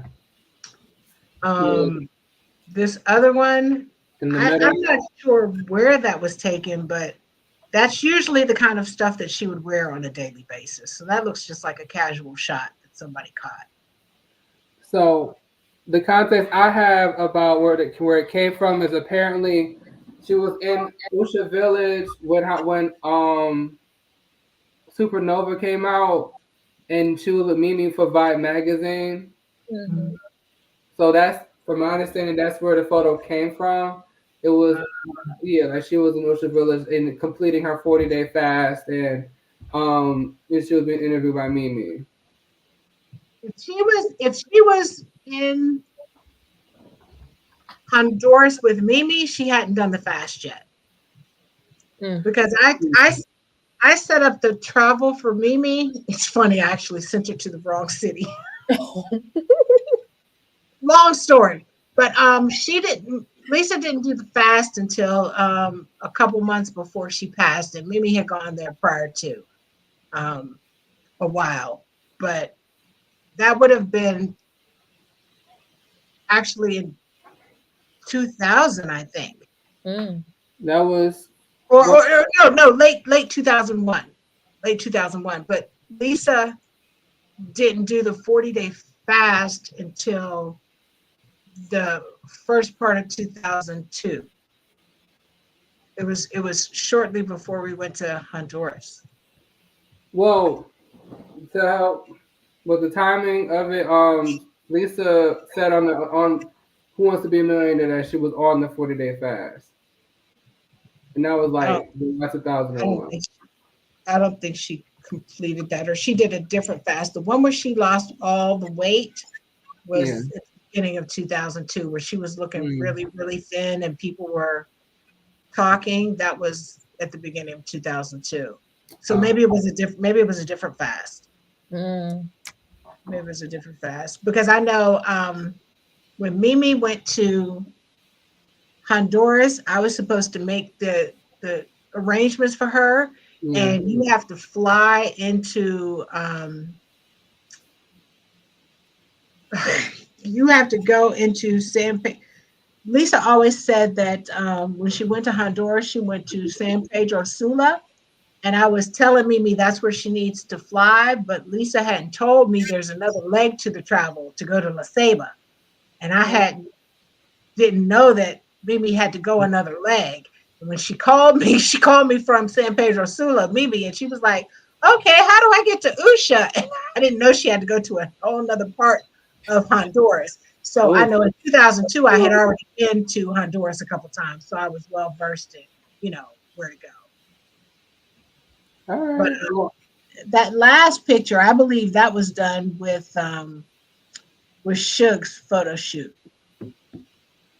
I don't remember anything about that, but that looks like the look that she had when she was with Thoreau, and I wasn't with her out in LA much at that time, right before we went to Honduras. well, this was actually a Jerome Albertini photo shoot. It was actually dated for 2001. Oh, Um, like before, huh? I'm not familiar with that one. Okay. So she, because I wasn't sure if you were here. Apparently, there's a story. This was when she was promoting the Supernova. Apparently, there's a story about her posing outside, looking like this or something like that during the shoot, and a motorcyclist was driving and he hit another vehicle because he saw her. Like,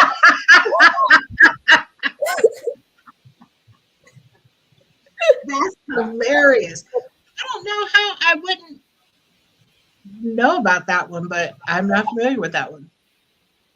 all right, we'll go to the next one then. Mhm. The Block Party music video. Yes, Block Party. She she liked that video, but it did not come out how she wanted it to come out. Mm, But she liked it though. She liked it. mm. I don't know what that is she has in her hand. With a notepad. Uh, I don't know what was on it or anything, but it was the pad she was writing on or something. I Um, see this picture. yeah, she that was a fun shoot, but she was not happy with some of the aspects. Some of the costumes didn't come out how they were supposed to, and mhm. she's such a perfectionist. If the slightest thing is off, it throws off like her whole vibe. So some things weren't right, but it was still cool. I was just jamming to it yesterday or this morning. One of them days, like I was just like going. I see the imperfections. I see it, but I see what she was trying to do too. Yeah, Yeah, I see the vision. yeah. Um, let me know when you're ready to go to the next. I'm ready. The Supernova cover shoot. Woo! That girl right there, boy. Any memories that you would like to share? Well, I know the first one, she, Supernova was very personal. Obviously, we all know that. And, the whole shape, it's called a dodecahedron. Mm-hmm. And it had the 12 sides to it with the 12 tracks. And she felt that each one of the sides represented a part of her.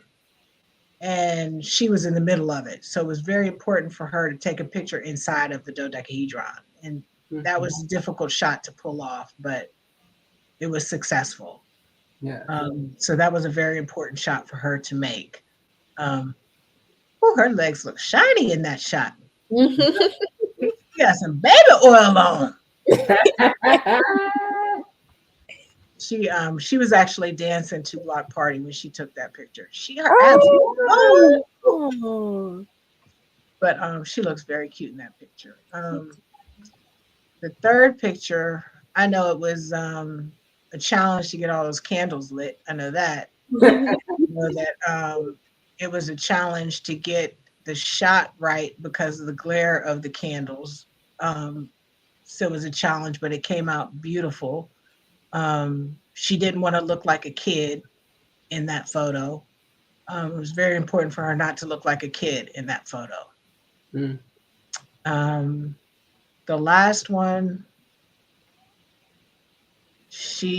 I remember her going back and forth on whether she wanted that to be the cover photo for the album, but she ended up going for that. But that first and third picture, those are gorgeous. I love those pictures a lot. You seen me where I rocking one of the shots from the first one, from the first part of the shoot. Like, That is gorgeous. and it seemed like she was rotating that ball around, because there's another shot that's now my profile picture on Instagram and other platforms where it seemed like the ball rotated and now she's standing on the pillar, I guess, that she's sitting on, and she's like got her hands on the side. I don't have it in here, but like it looked like the ball rotating, and y'all played with it different ways.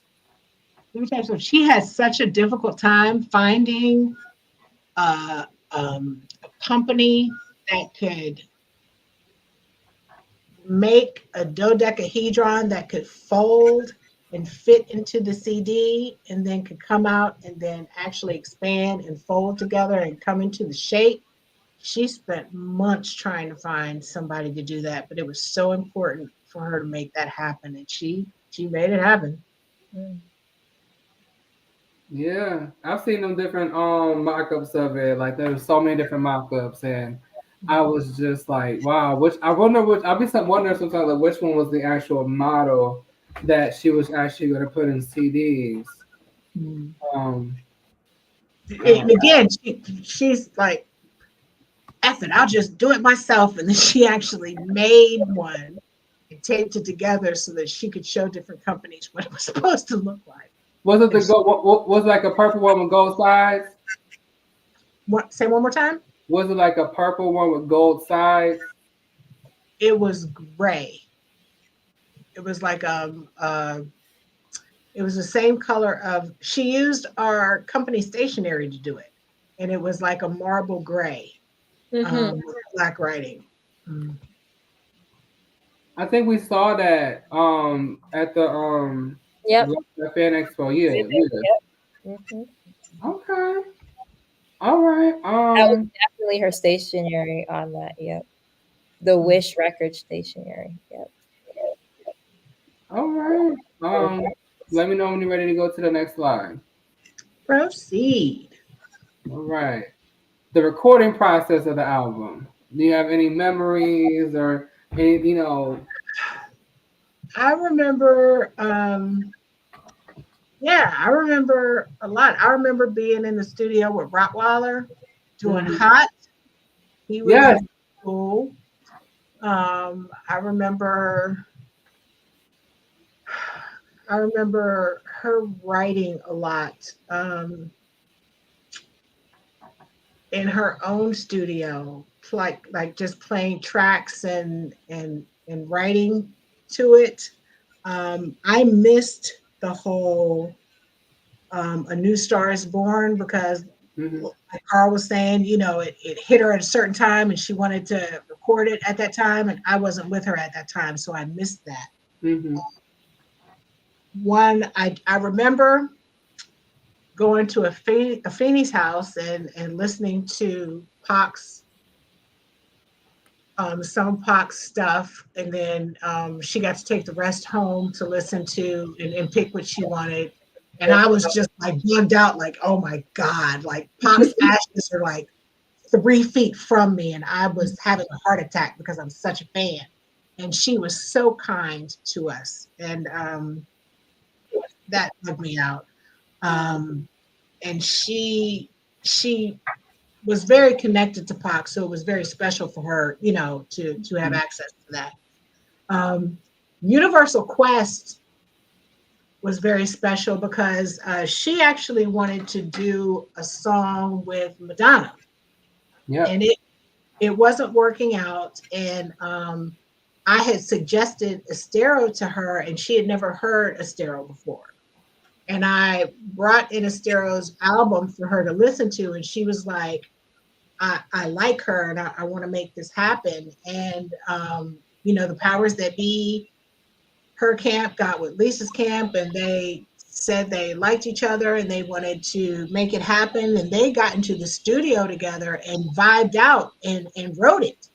And it just became phenomenal. And that was so special to me because I feel like they connected because they were supposed to create something beautiful and powerful. And what they wrote about was really special to me.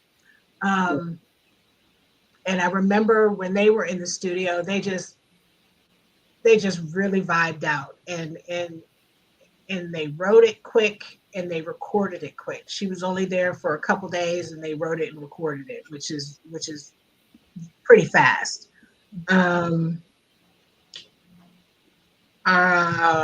remember when she was doing the song Jenny with Jazzy Faye, she actually had the alarm clock in the studio with her.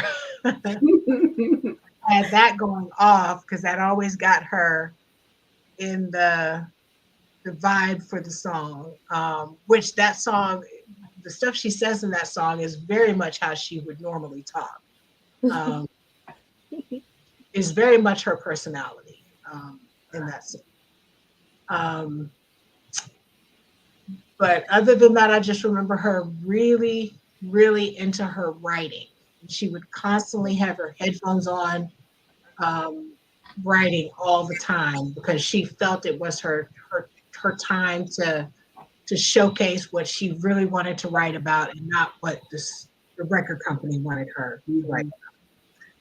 So it was very special to her. Do you remember when she was recording with Prince, or do you? I think that was before you got there, right?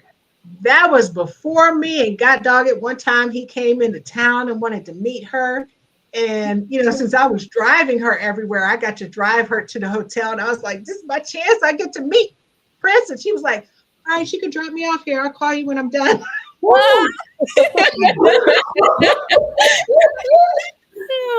I never, they didn't work on anything creatively when I was with her.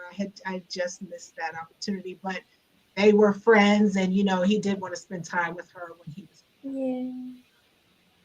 That's beautiful. Yeah, the Universal Quest, that's my favorite song in the album. That's one of my favorite songs of all time. I love that song so much. I love that song. Love it. Oh, that song, Let Me Live, is a real good song too. That's a good song. Like, do you know the process of like what happened with that one? Like how that came about?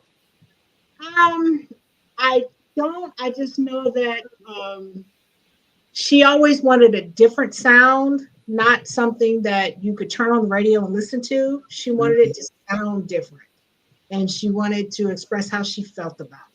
You know, how she felt about things and what she was living and what she was experiencing, but not too much more than that.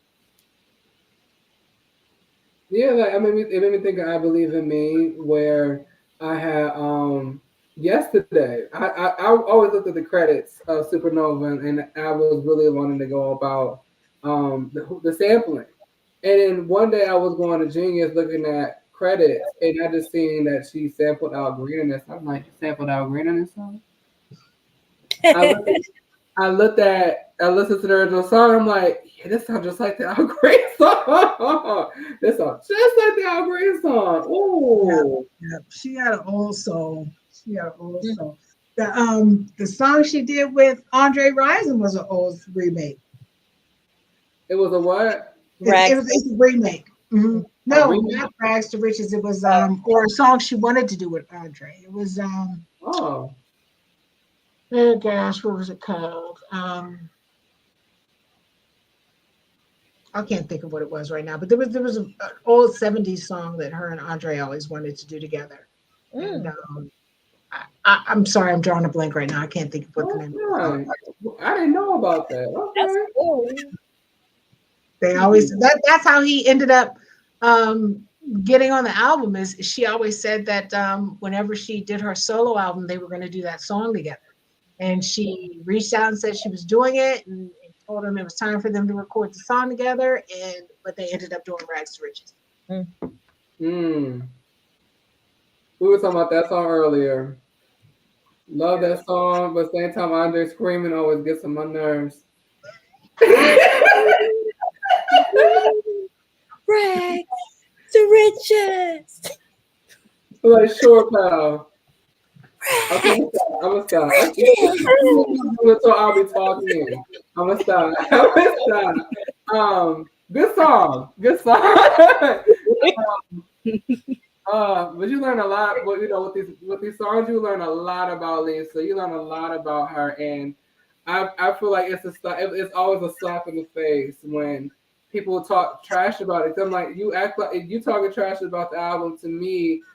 Makes it seem like you're talking trash about her because this is personal. This is not some I just want to make a cute little hot pocket record, you know, just to fulfill your certain little needs. No, this is like it is to fulfill your needs, but it's to give you something more in depth to take with you throughout your entire life, not just this is something warm and hot for you just until I make the real thing. No, this is the real thing. I always thought she should have made Hot her first single, because her raps were always just like features or snippets, and she never got a chance to do like a whole song to talk about her skills, and she talked shit in that verse. Yes. You know what I mean? And rightfully so. And I first got her flowers, and I was like, you should make a video, and at the beginning where that siren's going off, you should have some combat boots, and you should be running up the steps to the top, and you get to the top on a top of a roof, and then you just come hard with it and just start spitting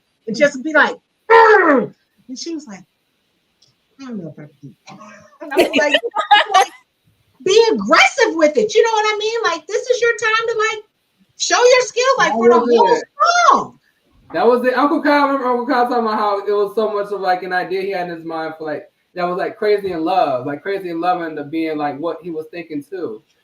And I see all of that. It's like, Lisa, you have been holding it in for a long time. I really wish I was alive, but I really wish I was who I am now to actually like Lisa, they have been doing you dirty. Use this song to talk your shit.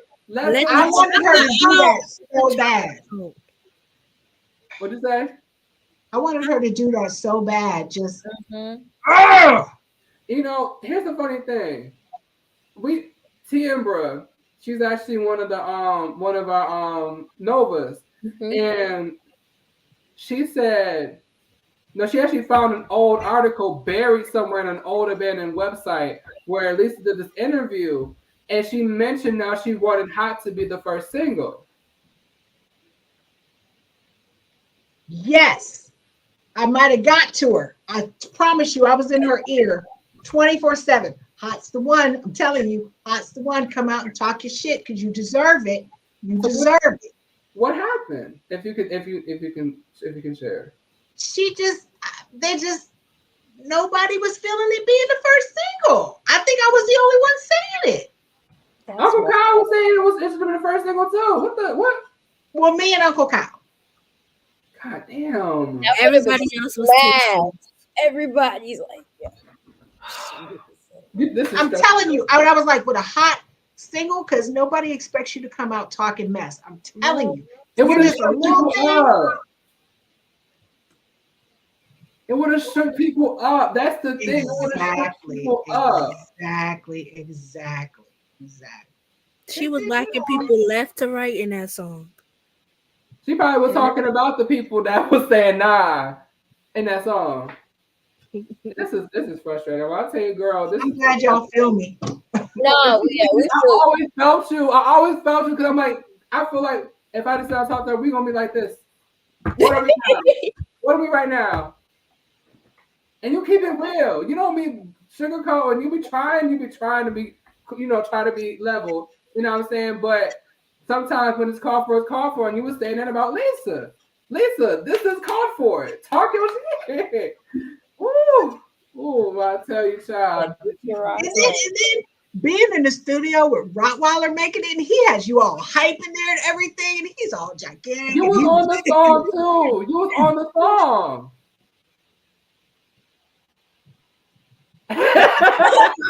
You were on the song. I saw the credits. I sent the credits. Stephanie P. I sent you in the credits.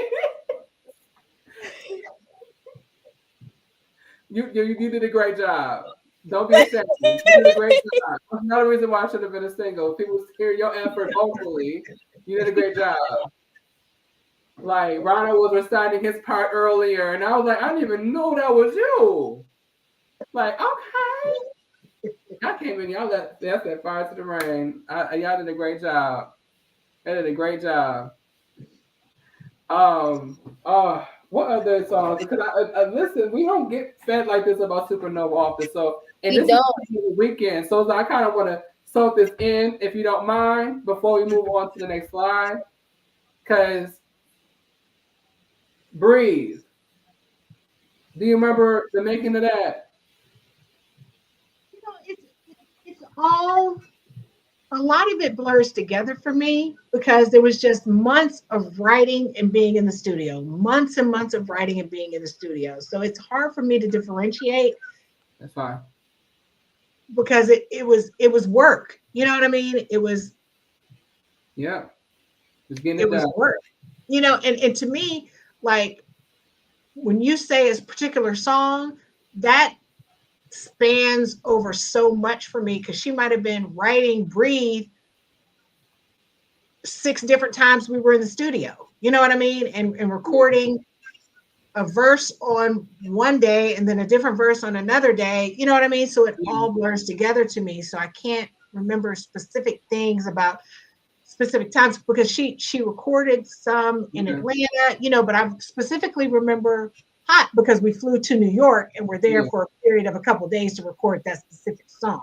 You know what I mean? So there's certain things I remember, and I remember Estero because I was specifically involved in it. You know what I mean? And she was there in town for just a couple of days. So there's certain songs I specifically remember details about, and a lot of things just a blur. Yeah, like probably this song with Carl Thomas, with Black, True Confessions.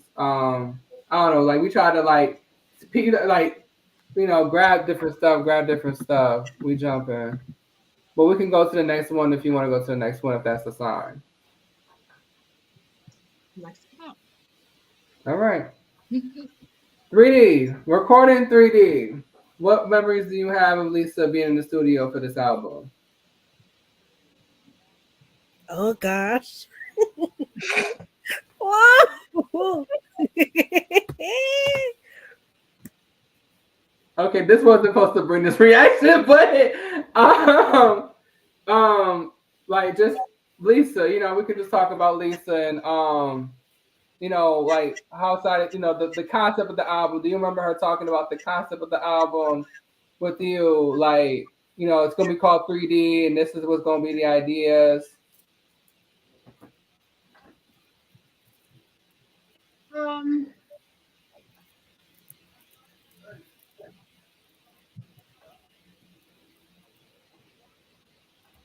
Okay. We can go to the next slide if need be.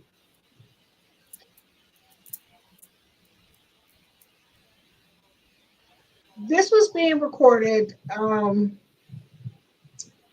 right around the time that the whole contract situation happened. Okay. So there was some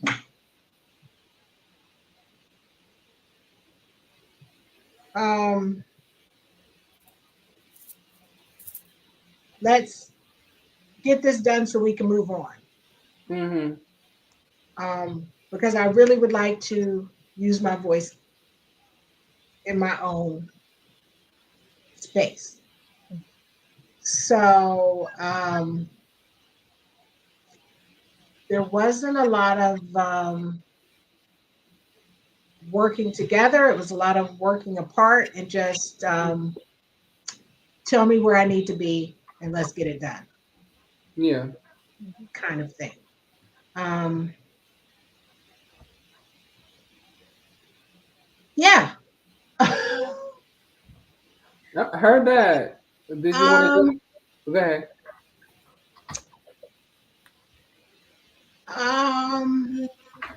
Tion's great.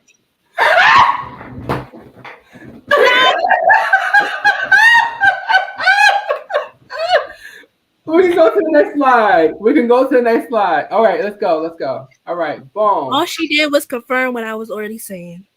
That's all I gotta say. All right, so the anniversary. Do you remember this day? You know what I'm saying? Yes, the anniversary was a great night. Okay. It was, I thought the performance was amazing. Leading up to that performance, you know, the rehearsals and, you know, the girls spending time together was great. They did a great performance. Afterwards, I think Lisa did a quick interview with MTV, and she was really tired that night. She ended up leaving. She had a condo in Jersey, right across the river. Mhm. And she ended up telling me she was going home, and she gave me the night off. And I had a backstage all-inclusive pass, and she gave me hers. And I called my homeboy, and we had the time of our lives at MTV. Yeah, good.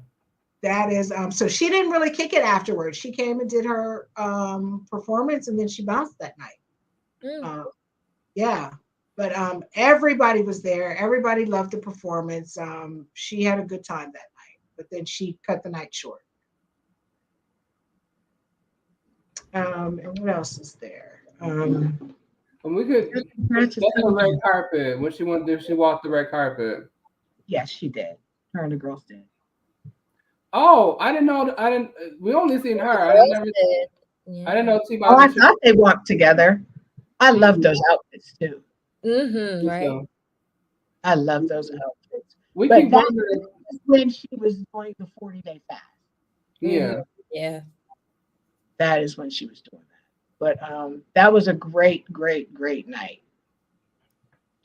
She look how thin she was in that last picture. She took that fast seriously. She had a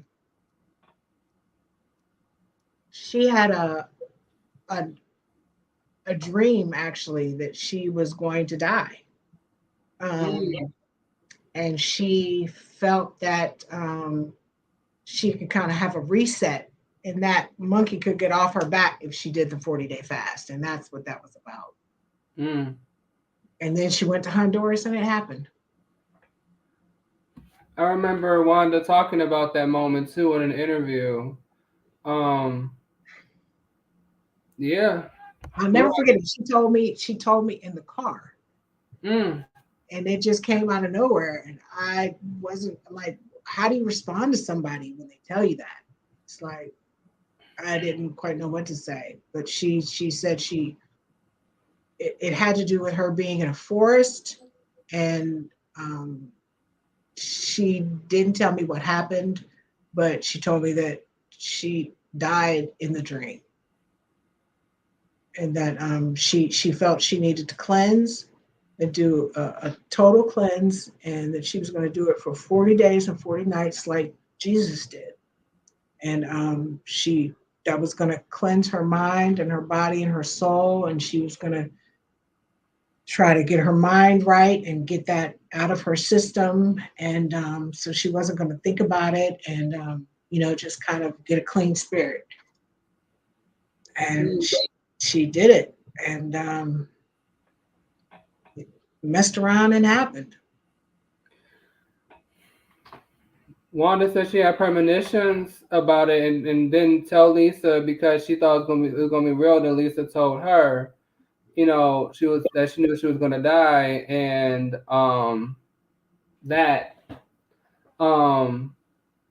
she never told her. She's like, maybe if I would say it, it won't be real. It won't happen. Putting words out, is a thing. but it seemed like the wheels were already in motion for it to happen because that's just, it seemed like that was a divine order. Yeah. We can go to the next slide if you're ready. Yeah. Teen Choice Awards. Oh, yes. Teen Choice Awards. She loved that because it was for young people.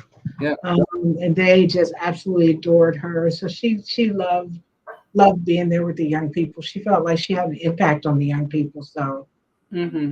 she loved that. It was like no drama, you know what I mean? It was not about TLC, but it was about her, which she appreciated, and she really loved being there. That was a good night. That was a really good night. The Honey Magazine shoot. Ooh, love the honey shoot. Me too. Mm-hmm. That's what I shoot. She looked beautiful. She was real particular about her makeup, Mm-hmm. like how her makeup was, and she loved the makeup that they did with her on the honey shoot. I remember she was very, very happy about that. She thought she looked good. She loved how she looked in the honey shoot. She looked great. Like She stunning. did. She did. She looked stunning. She did. She really liked that. She got a lot of compliments on that shoot. She was very pleased. A lot of times she didn't like how she looked in some pictures, in some photo shoots, or she thought she looked okay.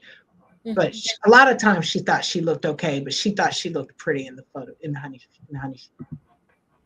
Now, I don't know how true this is, but I remember reading a chat with a fan, and apparently this was like early 98. So I don't know if you ever had this conversation with her, but there was a moment where she didn't like how she looked, and she would tell fans to take down some of her pictures. I don't know anything about that, but I wouldn't be surprised because I know she's told me often she didn't like how she looked in pictures at all. But she did like that. And I'm like, girl, like, have you seen yourself? Have you looked in the mirror? Like, you don't need makeup on at all. You look like you're 15. Stop. But, she's a perfectionist, so she doesn't see perfection just like, this isn't going to work. Yeah. We can go to the next slide, too. The FHM photo shoot with Mark Baptiste. Do you remember this? What was there? I can't remember when I'm there. It seems like I remember the picture on the left, but I don't remember the picture on the right. Okay. Honestly, I can't remember. Do you remember the time where it came out and, because FHM, I didn't realize until I looked it up that it was kind of like almost like a Playboy for Europe. She was supposed to do Playboy, right? Yep. Mm-hmm. I remember that. She was excited too. Like apparently there was a test shoot that just jogged the memory. Apparently there was a test shoot she did. Is that true? Okay, thank you. All right. That was actually the last slide. I cannot remember. Honestly, do you know when this was done? Because there's been times I've been at photo shoots and then I was out running errands, so I never saw the photos being taken. It was in mid-2001. I don't know. I do not know. You were doing your job. That's what you were doing. You were doing your job. Like, hey, I don't know. I was doing exactly what I was supposed to be doing at that time. So don't worry. If I know everything that happened. If we were in a different city, she might be like there was something that she needed in that particular city. So if we were leaving right after the photo shoot, she'd be like, well, while I'm doing this, I want you to go to this place and get me this, go to this place and get me this. So when we, leave to go to the airport, I've got, these things that I needed. So, Yeah. Who knows? Mm-hmm. Yeah. Because honestly, she took so many photos that year, and I was like, "Where's the performances?" I can't wait. She was getting everything queued up for her plans when she went solo. She was prepping. What can you tell us, like, what happened with performances? Like, why wasn't there not one? I mean, I know she's supposed to perform on 9/11, but like, and we, of course, we know what happened. But anything You have to keep in mind, she was prohibited from doing certain things outside of TLC according to her contract. So, she had to get approval to do certain things. It's management. Who was managing her during this time? No, I'm talking about TLC's management. No, If they thought it wasn't in the best interest of TLC, then she couldn't do it. So if it was going to get too much shine, then she couldn't do it. Yeah, exactly. It just answers my question, and I'm just like, I'm with it. We already here. I'm just taking the information because that's crazy. She has an album coming out, and you don't want her to perform any songs from it whatsoever because you want her in the studio for 3D. Yeah.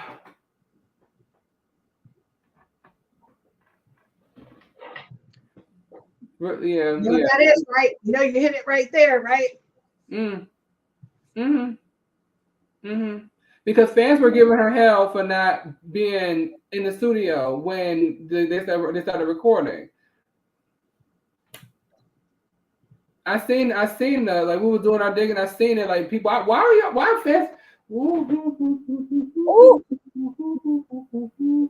We're gonna pass on that part. So, anything else we can that you would like to say before we get to the Q&A? I see some starred questions, but I'm not sure we answered all of them. Yeah, there's a couple that we have. All right. So we'll leave that, and we'll get right to the Q&A. We asked the first one about Black. What's the one thing your person? We already asked that. Yeah, thank you for filtering it out. Thank you. All right, so one question is, was it a challenge? We already talked about that. Yeah. What's her experience with taking the herbs? Have you ever took the herbs? What herbs are we talking about? We're talking about Dr. Sabi's herbs? Well, we can talk about That's what yes, Dr. Sabi's herbs. Yes. I did the cleanse when I was in Honduras both times. And it was I think the most difficult part was you can't really eat what you want to eat because they prepare all of your food for you. So it's very strict. You can only drink water and this drink that they make out of I forget what it's called. It's some kind of I can't remember. It's some kind of berry and water mixed together. But that's all you can drink. So for like the 3 weeks that we were there the last time, that's all we could drink was water and this drink once a day. And the once a day drink was in the morning, the juice, and was only about this much. So for the whole other 3 weeks, all we could drink was water. And for breakfast, it would be fruit. That's it, fruit. And then you'd have lunch that was maybe on a plate about this big. Mm-hmm. And then you'd have dinner. And there was like nothing really to eat in between. So it was really flushing your body out. So like I eat, I'm a foodie. I love food. And that was the toughest part for me. The herbs, it was nasty, but after a while, you got used to it. But for like the first week, it really did make you gag. Some people got sick. But it was not pleasant. It was not pleasant at all. No. Um, it it did make you. It cleaned you out. You did feel lighter. You did feel better. You did feel clearer. You were able to focus more. It did work. After I left there, I did continue with his herbs afterwards, and it really was helpful. So yes, I did do the herbs.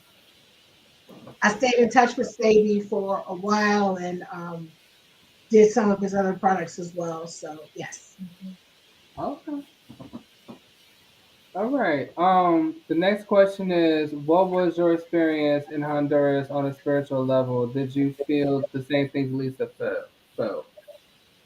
I did. I was um, not sure that I was going to have that same experience at first, but after a while, when you're in peace and quiet, you don't have television and you don't have internet, and all of that stuff. And especially with a job like I had where it's constantly moving and answering phones and people yelling and noise and all of that.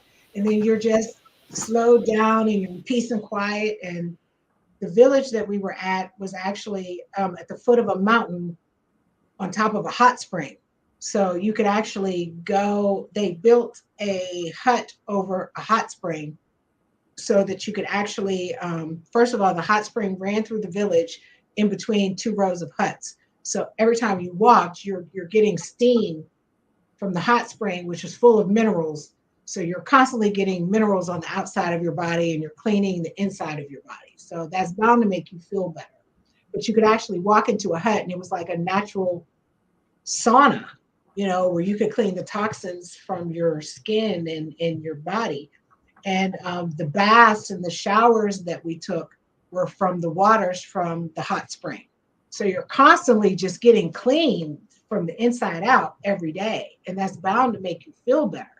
And then you could lay in these hammocks and look up into the mountain, and there's literally wild horses that you could see running on the mountain. So it's like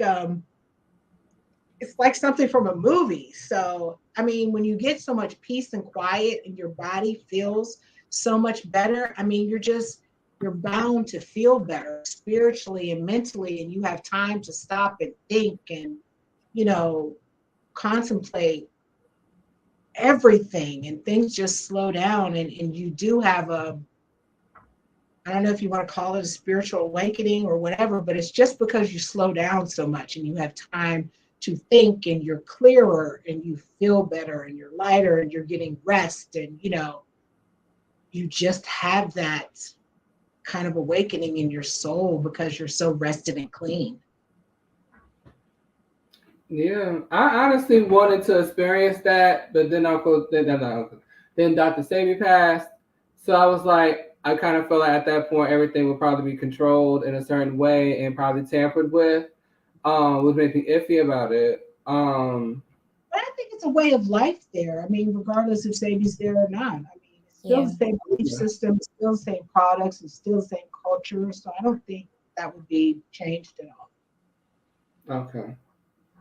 I might give it a chance then. Yeah. Good. You should. You got to look up people's vlogs and go in there. They've documented it very well. I saw someone going to the bathroom in that picture we saw Lisa with the pajamas on. Mm-hmm. Oh, I guess it's still blue.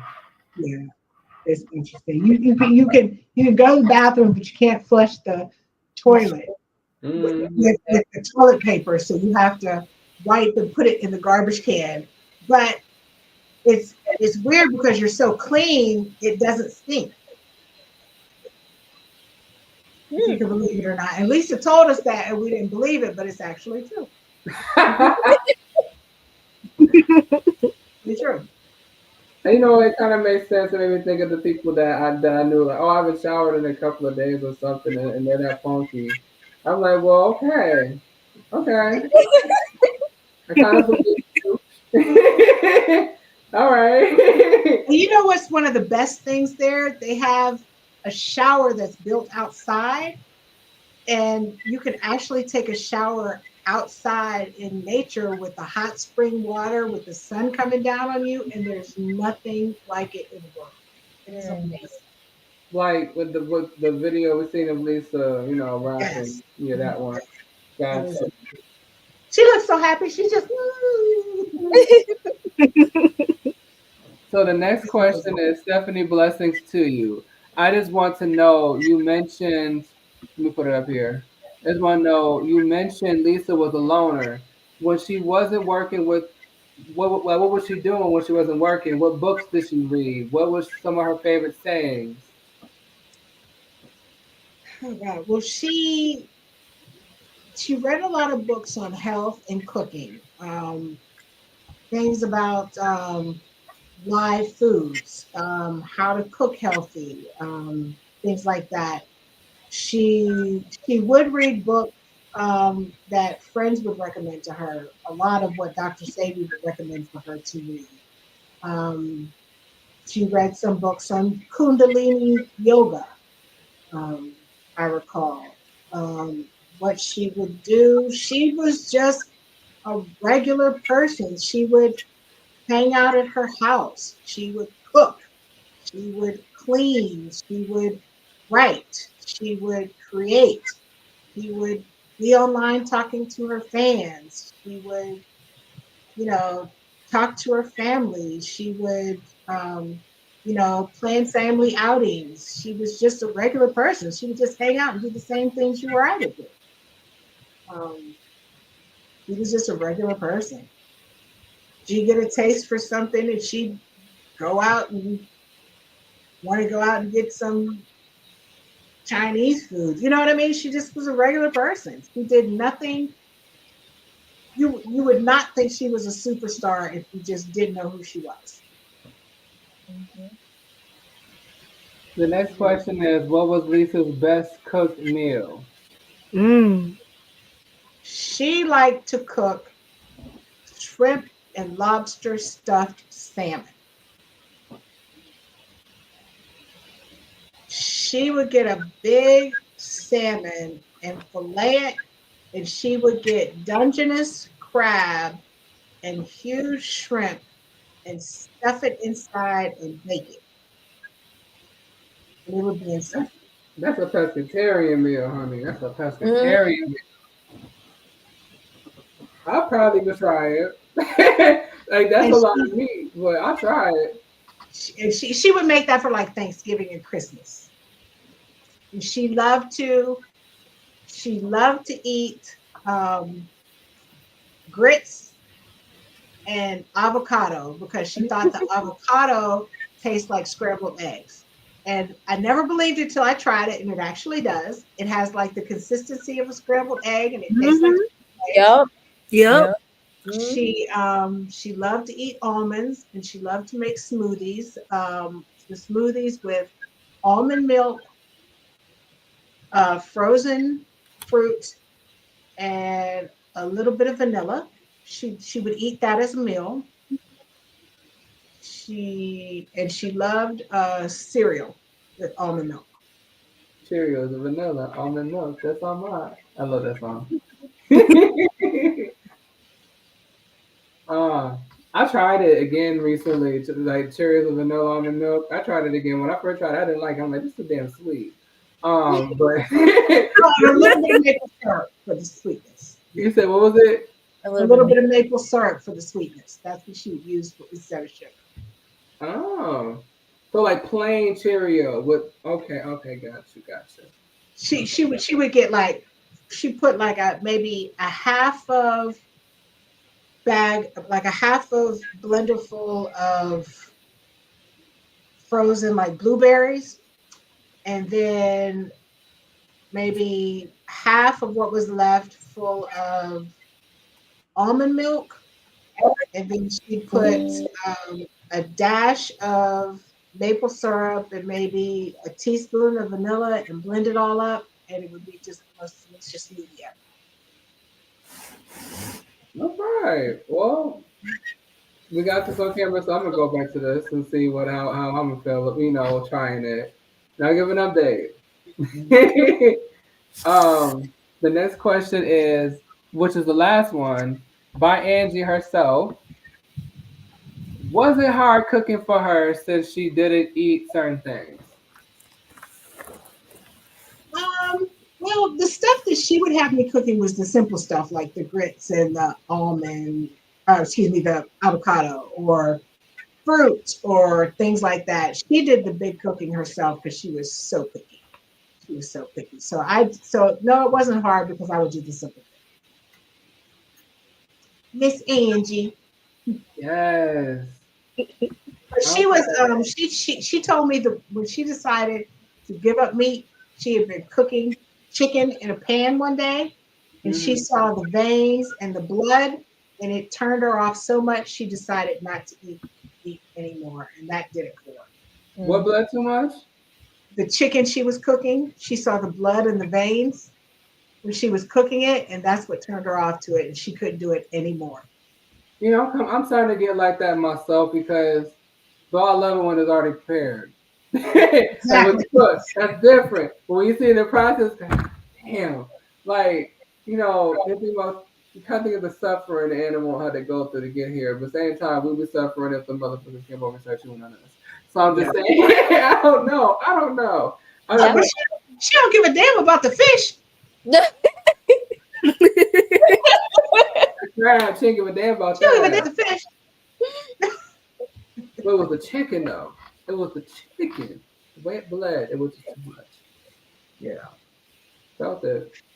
It was so funny. One time we were in New York and we were at some mall or something, and we came down the escalator and she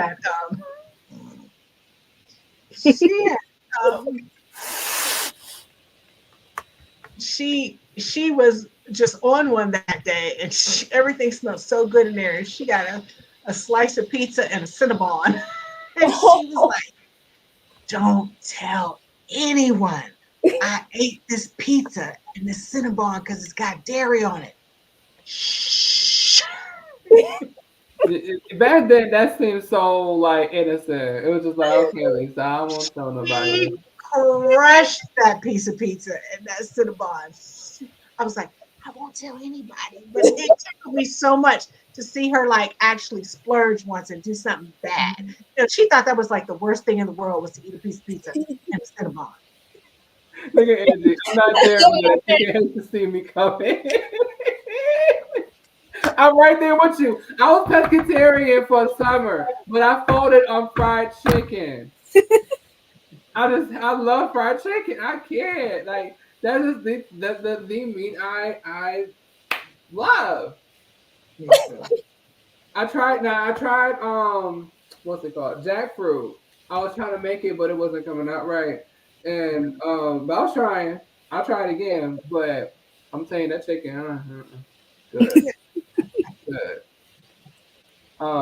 There is a couple of this. Okay, we're going to end after these three questions. We're going to end after this three. Because, Stephanie, what are some funny memories that we didn't see in the documentary that you would like to share with us? Was your dreams just as vivid?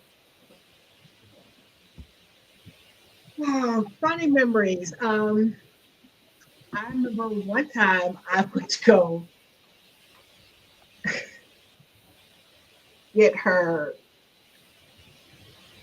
ready for we had to go somewhere, and I was calling her and she wasn't answering the phone, and I went upstairs to knock on her door, her bedroom door, and she opened the door butt booty naked and just was like, what's up, Steph? And I was just like, we had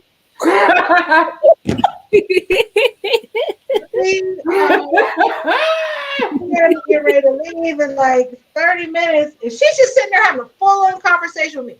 Oh, what time's the car gonna be here? Like 20 minutes. Oh, well, did you get to such and such? Yeah, I did. But she's not trying to cover anything, and she just kept on talking. I'm like, you wanna put some clothes on so we can talk about this? No, I'm good. I'm good. So, who's gonna be engineer today? That's gonna be such and such. She just free as a bird. Free as a bird. That was interesting.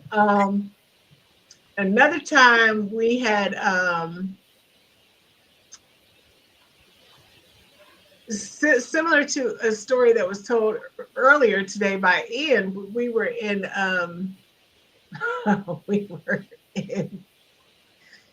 a Jamaican food restaurant. She wanted some Jamaican food, and she and I were in the little lobby area waiting for the food to be done. And this dude came in. He looked like a pimp, I swear to God. And he just thought he was the Mac. And he came over to me and he just was flirting and everything. He walked up to Lisa and he was like, "Hey, baby girl, you can help me try to get your mom's number. Tell your mom I think she's beautiful and she should call me sometime." She was like, "Nigga, please." Like, dude, that's not boss. Can you please? Like, but he straight up thought she was like a teenager and I was her mom, and he tried to use her to try to get my phone number, and he had like no idea who she was, which was hysterical. We laughed about that like the whole car ride home. But let's see, another one that stands out to me. We were at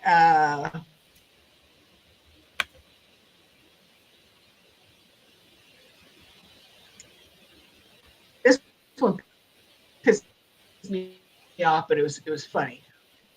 We were at Williams was doing for everybody was there. It was in Atlanta, so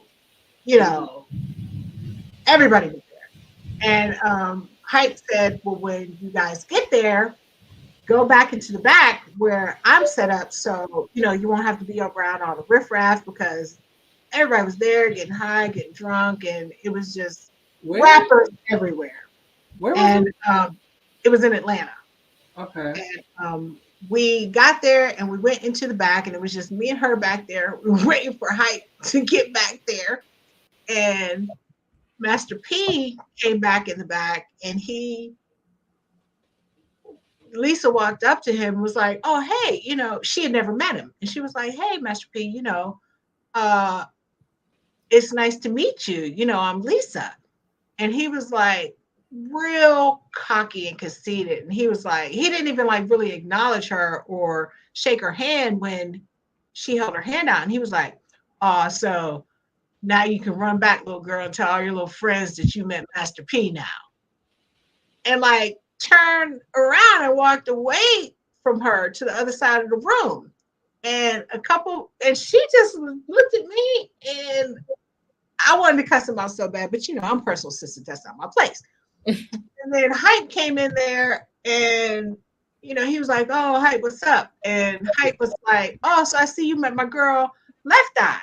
And the look on his face was just like, "Oh shit." And he was like, "Oh yeah, Left Eye, what's up, girl? I was just playing with you, right?"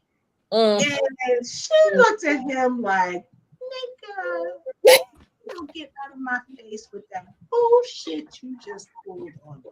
But he was mortified, and she never called him out like in front of Hype for what he did to her, but he was so disrespectful to her.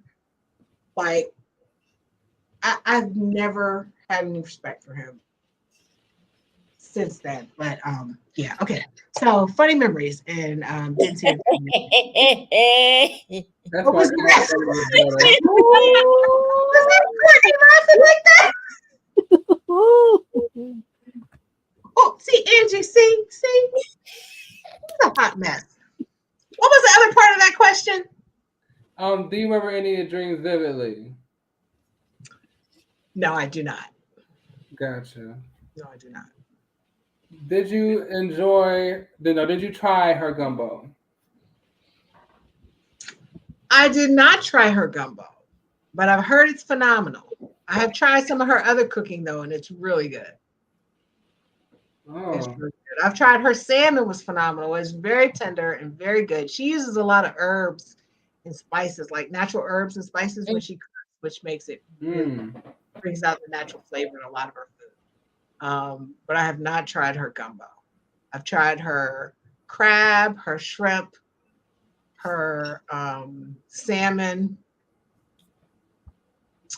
her vegetables. She makes portobello mushrooms taste like steak. Really, it's very, yeah. But she was an excellent cook. Well, that's all the fan questions we have. Anything I want to say, Court? You want to say anything? All I gotta say, I never related to a person so much. India. Just thank you for coming. Thank you so much for hanging out with us this Thank late. Like we're into the next day. This really became a 2-day symposium on attention. Literally. The symposium went on for 11 hours. But it was worth it. It was worth it. Yeah, I've been watching you guys all day and I really enjoyed it. And I want to thank y'all so much for doing this. I think it's great. And I hope it goes on for years and years and years. And I would love to continue to be a part of it if you guys have me. And I appreciate all of you so much. Thank you. Thank you, Stephanie. Appreciate Thank you. you. Like, is there anything you wanted to ask or anything else you want to share before we wrap this? We'll wrap this up.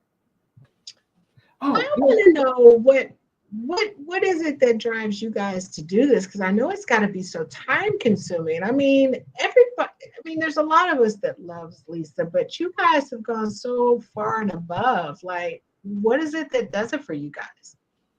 I could say it. Too much ignorant people in the world that don't want to do simple research. That's a good one. That often gets to me too. Yeah. And do you want to go? Or you want me to go? I guess I'm an archivist, so nothing bugs me out more than people telling incorrect stories about people that were too good in this world. And everybody has their history. We're all walking books of history. And I think everybody's story should be told to the fullest ability in all counts and all sides. And I love Lisa. She gave so much to this world. And I feel like she's put on the back burner so much, especially when it comes into conversations about hip hop.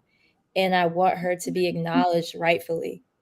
And that's the goal, is to see her in academic spaces, to see her get into her lyricism, get into her mind beyond hip hop and into wellness and into every facet that she was into. It's just like, how are we not uncovering more of this? How are we not doing more research? Why are we not acknowledging her? Why are we not giving her these tributes that we should be giving her on a daily basis, like a lot of other artists are praised for? And so that's really a lot of the driving force behind this for me. I love it. Well, me, I was just a casual fan until the TLC movie happened. I was just being a fan. Just, hi, how you doing? You know, just checking in. And then the movie happened and I felt like all hell broke loose, and it did. And it just bugged me for a while. I learned more and more about Lisa through y'all. And I'm like, why are people talking about this? This should be publicized a little bit more, especially y'all interview. I'm like, why is the TLC covering this? They're talking about this. Why is the Shade Room not talking about it? We need more blogs actually heightening this situation, because these aren't just little people talking. No, these are people who actually work with her side by side, ate with her, hell, sat in her house. Yeah. That's, I couldn't have said it better. All Couldn't have right. said it better. But there's so many people that aren't doing that, and I just appreciate y'all so much. Thank you. Hey, like we have goals. It's like I said when I was gonna do this, I have certain goals I want to meet to help make sure this is this is something that I know whenever I decide. Because at some point we're gonna have to put our hat down. You know what I'm saying? We can only do things for so long. Either it takes. I've seen fans go out bad, and I'm just like either it takes you or you take it. Yep. So I have my goals, and I'm like, well, I'm at my goals. I'll see. I'm going back to where I was. So this is part of my goals. I talked to y'all. You did a great job. I appreciate y'all so much. Thank you. Thank you. Appreciate you so much as well. Thank you. Yeah, y'all get some sleep. Yes. Oh, What's your favorite song on Supernova? yeah, that's a good question. Your favorite songs? Probably Hot, because I feel like she came out hard and stuck up for herself for the first time, which I felt like she needed to do. You know, I feel like everything else was about teaching, was about everybody else, but that was about her saying, bitch, I'm here. This is me. And I'm hot. And I felt that. And I loved that. This right here. And they support so much of her craft and gave so much. The least we can do is keep her name alive. The least we can do. Amen. That's right, Vivi. But yes, so I would say hot. All right. Beautiful. All right, Is there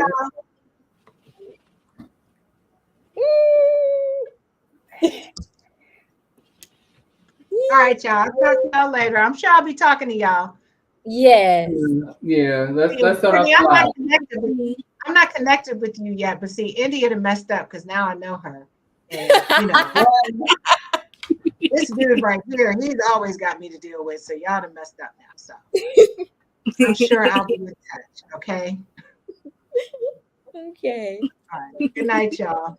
Good night. Bye. Bye. All right, we're gonna close this out, aren't we? Do we need to go? I don't even want to go over to the closings. I mean, if we want to be proper, we can, but it's only gonna be the three of us because I know T and I'm gonna say Mojo. JoJo, where is where is JoJo's taking a nap. Mojo sleep. probably same thing with T. Woo! What time is it? It's 12. Lord have mercy. About to be 1. About to be 1. All right, let's go over and close this bad boy out. All right, you want to do it here or go to the next one? We're gonna go to the next one. We're gonna do it properly. Okay. We gotta wrap it up nice over here. Come on, let's do it. And all right, meet us over there, y'all. We're about to close out and get emotional and stuff. All right, do your thing.